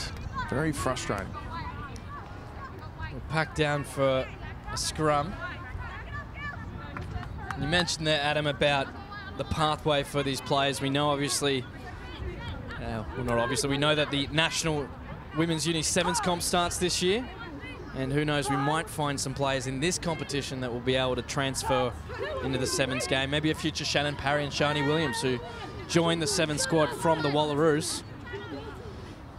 Yeah, we'd like to see as many Sevens players decked out in that World Cup team, but may be difficult. But great ball here by the ACT. They kick over the top. This could be a try opportunity if the bounce is good. Is it? And it's a try. Entrepreneurial play by the ACT, and they have done a stellar job in turning the Victorians around in defence. And that's the 3rd try of the game.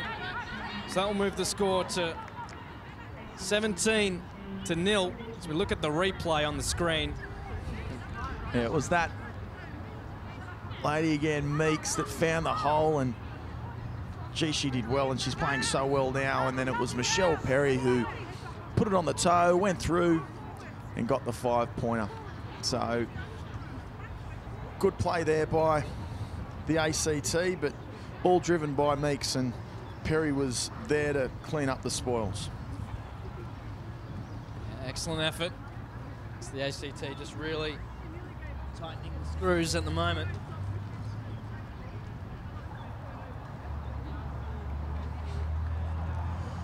It's a difficult kick, this one, but as I said before, I like watching this young halfback and the way she strikes the ball, and as she off the post. I was about to say I may have put the mocker on her because I gave her a decent rap before. She strikes the ball so well. You should stop complimenting people. Oh, well. Pat, you must be very good at your craft, because I'm never giving you a compliment. But Carter there just hitting that upright, and goal kicking in this day and age is so important. So we want to, Wallaroos are looking for someone who can strike the ball well. Wouldn't look out of place. There's some substitutions made for the ACT as the Victorians get things back underway. Here goes the ACT with the ball in hand. Carter goes looking for it. She finds Shelley Millwall, runs into the tackle well and gets the offload. ACT keep the ball alive, and this is a fantastic run. Victoria just struggling in defence. Carter kicks it back, kicks it over the top. Managed to turn Victoria, and if the bounce is good, but Victorian fullback is having a trundle on that right-hand side. She kicks through. And this has exposed a bit of an opportunity here, and a great follow-through. Victoria now well within the ACT half.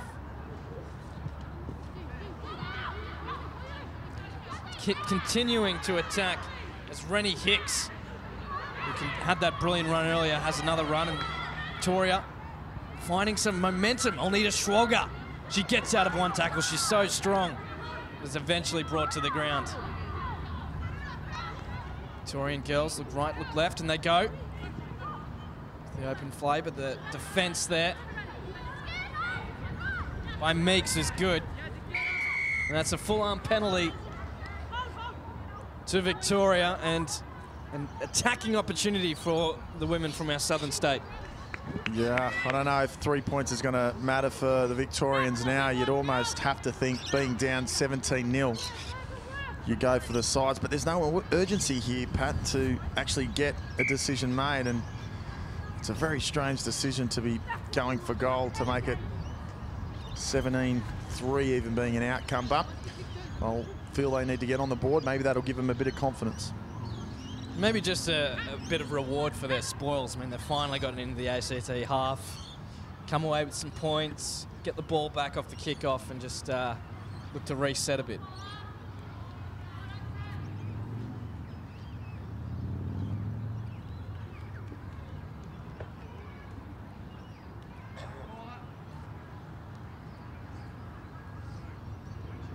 Georgia Cormick looking to kick the penalty, and it looks good, and it's over. So Cormick, the radar's on. First kicking opportunity. So the Victoria get on the scoreboard, and that takes the score to ACT 17, Victoria 3. Yeah, with only just on 10 to go, it's going to be difficult for them to come back, but getting on the board might give them a little bit of a spring in their step as they go deep, and Masters takes it on and cuts it forward. Great effort there by Masters. Victoria look to run it out of their red zone. It's not the best pass, and has that been lost forward? Referee says no. Schwalger securing that breakdown. Good meters there by Victoria. Schwalger now. She'll head the line, and she does so well. Ball is still good for Victoria, and they swing it out to the right. And that is Cormick making a couple of meters. Schwalger, she loves the contact. Looking okay now here, Victoria. Just need to get around the line as it's a deliberate knock forward. It will be a penalty, but it's probably the best passage of play they've had in some time now, Victoria. It's important for them is to get back into that, well, their A zone, or the Brumbies, sorry, the ACT's D zone. And you can see Schwalger really pumping up her teammates, but a disappointing kick there gives Brumbies the ball and back on the attack. Brumbies. Good ball security there. Managed to hold on to it. The ball's loose, but Victoria just infringing again at the breakdown, and I wonder how many more they'll be able to do that before the referee sends them to the bin. There's a knock on here by the ACT.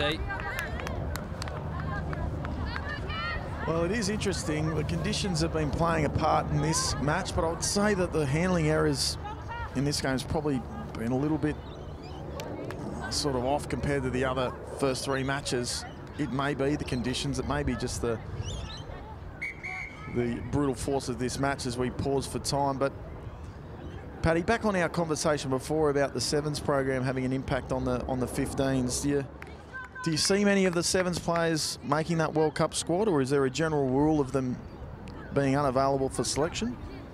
Well, Adam, I obviously that rests with the sevens and the ARU high performance department in terms of who's allocated where. I mean, the Australian sevens team, different to maybe some of the other sevens teams in the world, have less players that have come from 15s. You look at the Black Fern sevens and they've all come from a 15s background. But I more refer to Shannon, Parry, Shani Williams. They've been there before. I'm not saying it's an automatic selection because you won a gold medal. I think the opposite. I think if you've had some time in that program and you've gone on and played sevens and still have that skill set, I think Shannon's a great little fetcher at 7 and Shani's a good carrier. I don't think...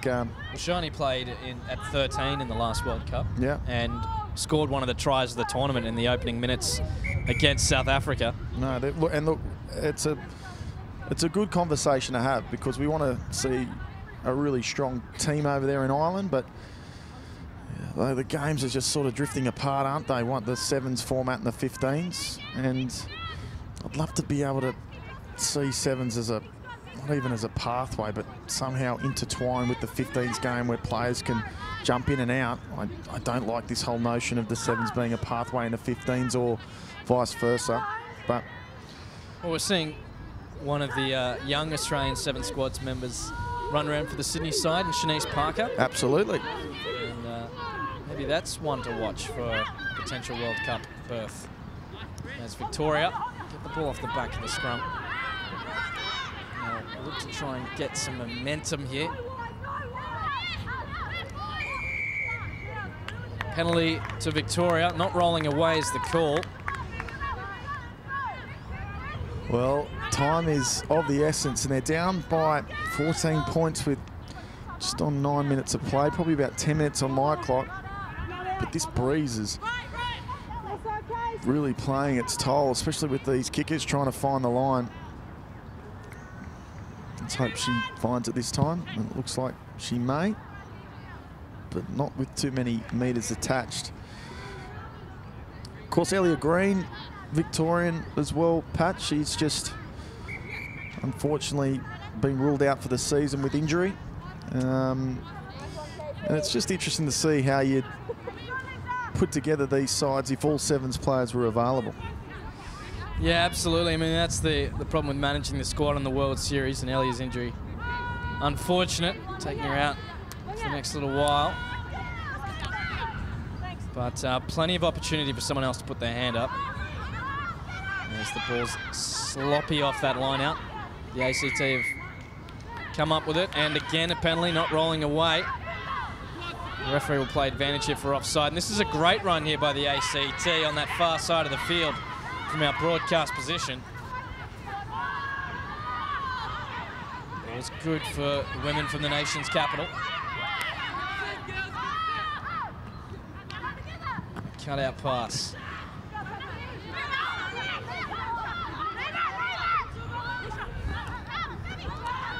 Michelle Millwall. It's a couple of metres on the inside. ACT keep possession. Victoria shoot off their line. And there's a gap here forming. If the ACT can expose it, they go back the other way.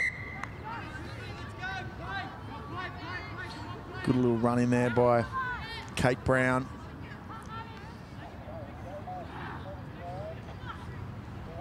And just as I was giving Carter and Meeks a wrap, inside centre, Smith. Cecilia Smith has also been very solid today. I like the look of this Canberra side. I think they've looked really, really impressive. They look like they've played together a lot this year. And to be in a position now to potentially have almost a 20-point lead. Yep. It's an attacking line-out opportunity.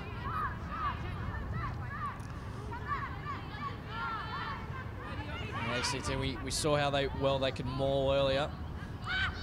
Millwall just not getting the height there she would have liked. Gee, she did well to get that ball. Playing advantage to the ACT. And surely we're going to have to start thinking about some more serious as they go for the line quickly. Could this be a try? Just short. The ACT capitalised on Victoria napping, and they're hammering the Victorian defence.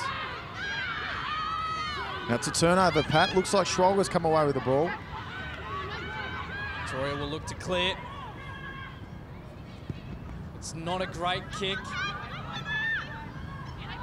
So ACT will have it again. And this is testing times for Victoria. Not a great pass there, but the ACT still have it. Good tackle. Low chop.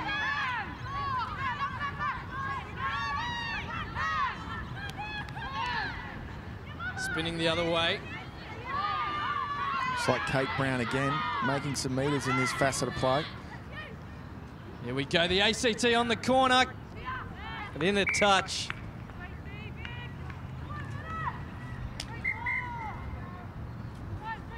It looks like Meeks looking for something down that short side, but not really finding anyone coming back on the inside. And just on 2 minutes to go now, as the referee calls for time. Could be an injury play as the substitutions start coming on for the ACT. Paddy, there wouldn't be too much longer to go, and I just still think it's crazy to think how Victoria decided to take the 3 instead of going for the line, but a lot of pressure on this line out throw now with the Victoria really trying to get out of their D zone, but they've managed to get it somehow. Goes over the top. So Masters now will look to kick. No, that's not the best of kicks, but it'll get a couple of extra metres. Vinger, the replacement hooker, on for Burrows, who deserves a well-earned break, being the veteran of the sport.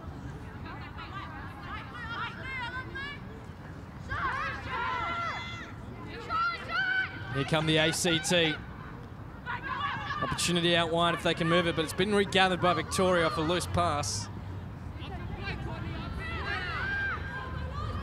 Here we go, that's Masters with a good run. She's close to the touchline, and she's been taken over. I think Masters, by all reports, has had a slow start to the season, but I think she's probably been their best today for Victoria. Really good ball carrier. She's part of the Wallaroos frame of late. Hoping she can get back in, but just on a few minutes to go now as the the ACT on the attack and looking strong. Ball still good for the ACT. Puts out the back slowly. Managed to secure that as well. Strong counter ruck there by the Rebels. Flat pass.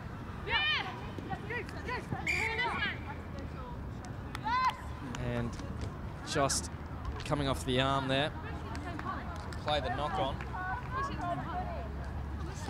I think the ACT now have taken their foot off the accelerator somewhat. They know this game's in the bag. A lot more rugby to play over the course of 3 days. It's incredible to think they can play so much rugby in just a short amount of time as Oniana Scholger leaves the field. It's about how you manage your troops as well, Adam. You know, you've got a short time in this tournament, so you've got to make sure you look after your players, and that's obviously a crucial issue for the managers. Strong squads definitely required. Is that why I'm going to rotate you during this commentary call? Are you out next, Pat, just to make sure that you're ripe and ready for the right time of the tournament? You know me, I'm an endurance runner, Adam. Well, I won't be here tomorrow, unfortunately. I'll be back in Sydney, hopefully having a run around. But yes, who is Randwick playing tomorrow? Eastwood. Eastwood. But This should be a good battle. Yeah, but look, some good rugby in store, I'm sure, in the back end of this tournament. And the final series is one that I'm looking forward to. And I think we might be seeing the ACT in and around that final series.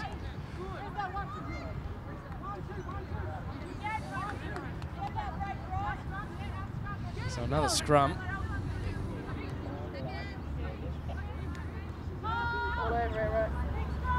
Watching this game live on Rugby.com.au. Wherever you're watching from around the world, thanks for joining us.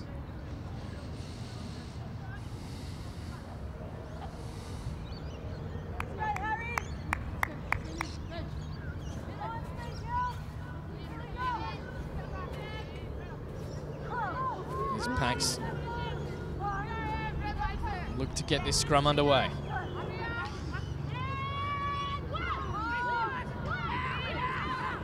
Quick run there off the back. And this is Victoria when they're at their best in open play. It's been lost forward. Yeah, it's Masters again. Full time here between the ACT and Victoria. The ACT taking this game 17 points to 3 and move forward in this championship with the W. Yeah, look, a disappointing result there by Victoria, but I know that they'd be very disappointed with that. But ACT, they've had plenty of time together. They've had those 2 games leading up into the tournament, and I think they were in second gear the whole time, Pat. And the standouts for mine was probably Meeks, their fly half.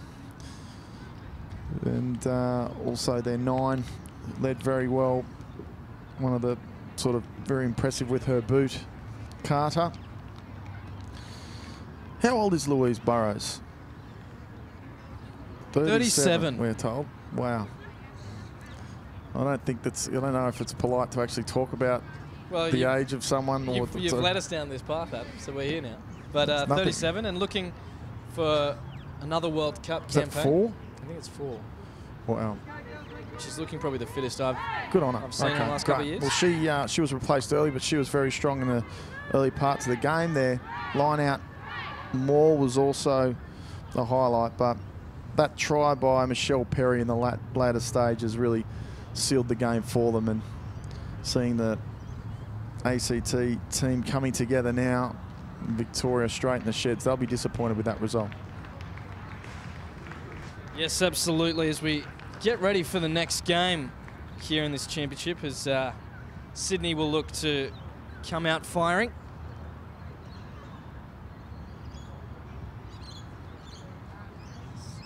Sydney and the Australian Defence Force side who will do battle, and that'll be Molly Gray and myself who'll be calling that match for you.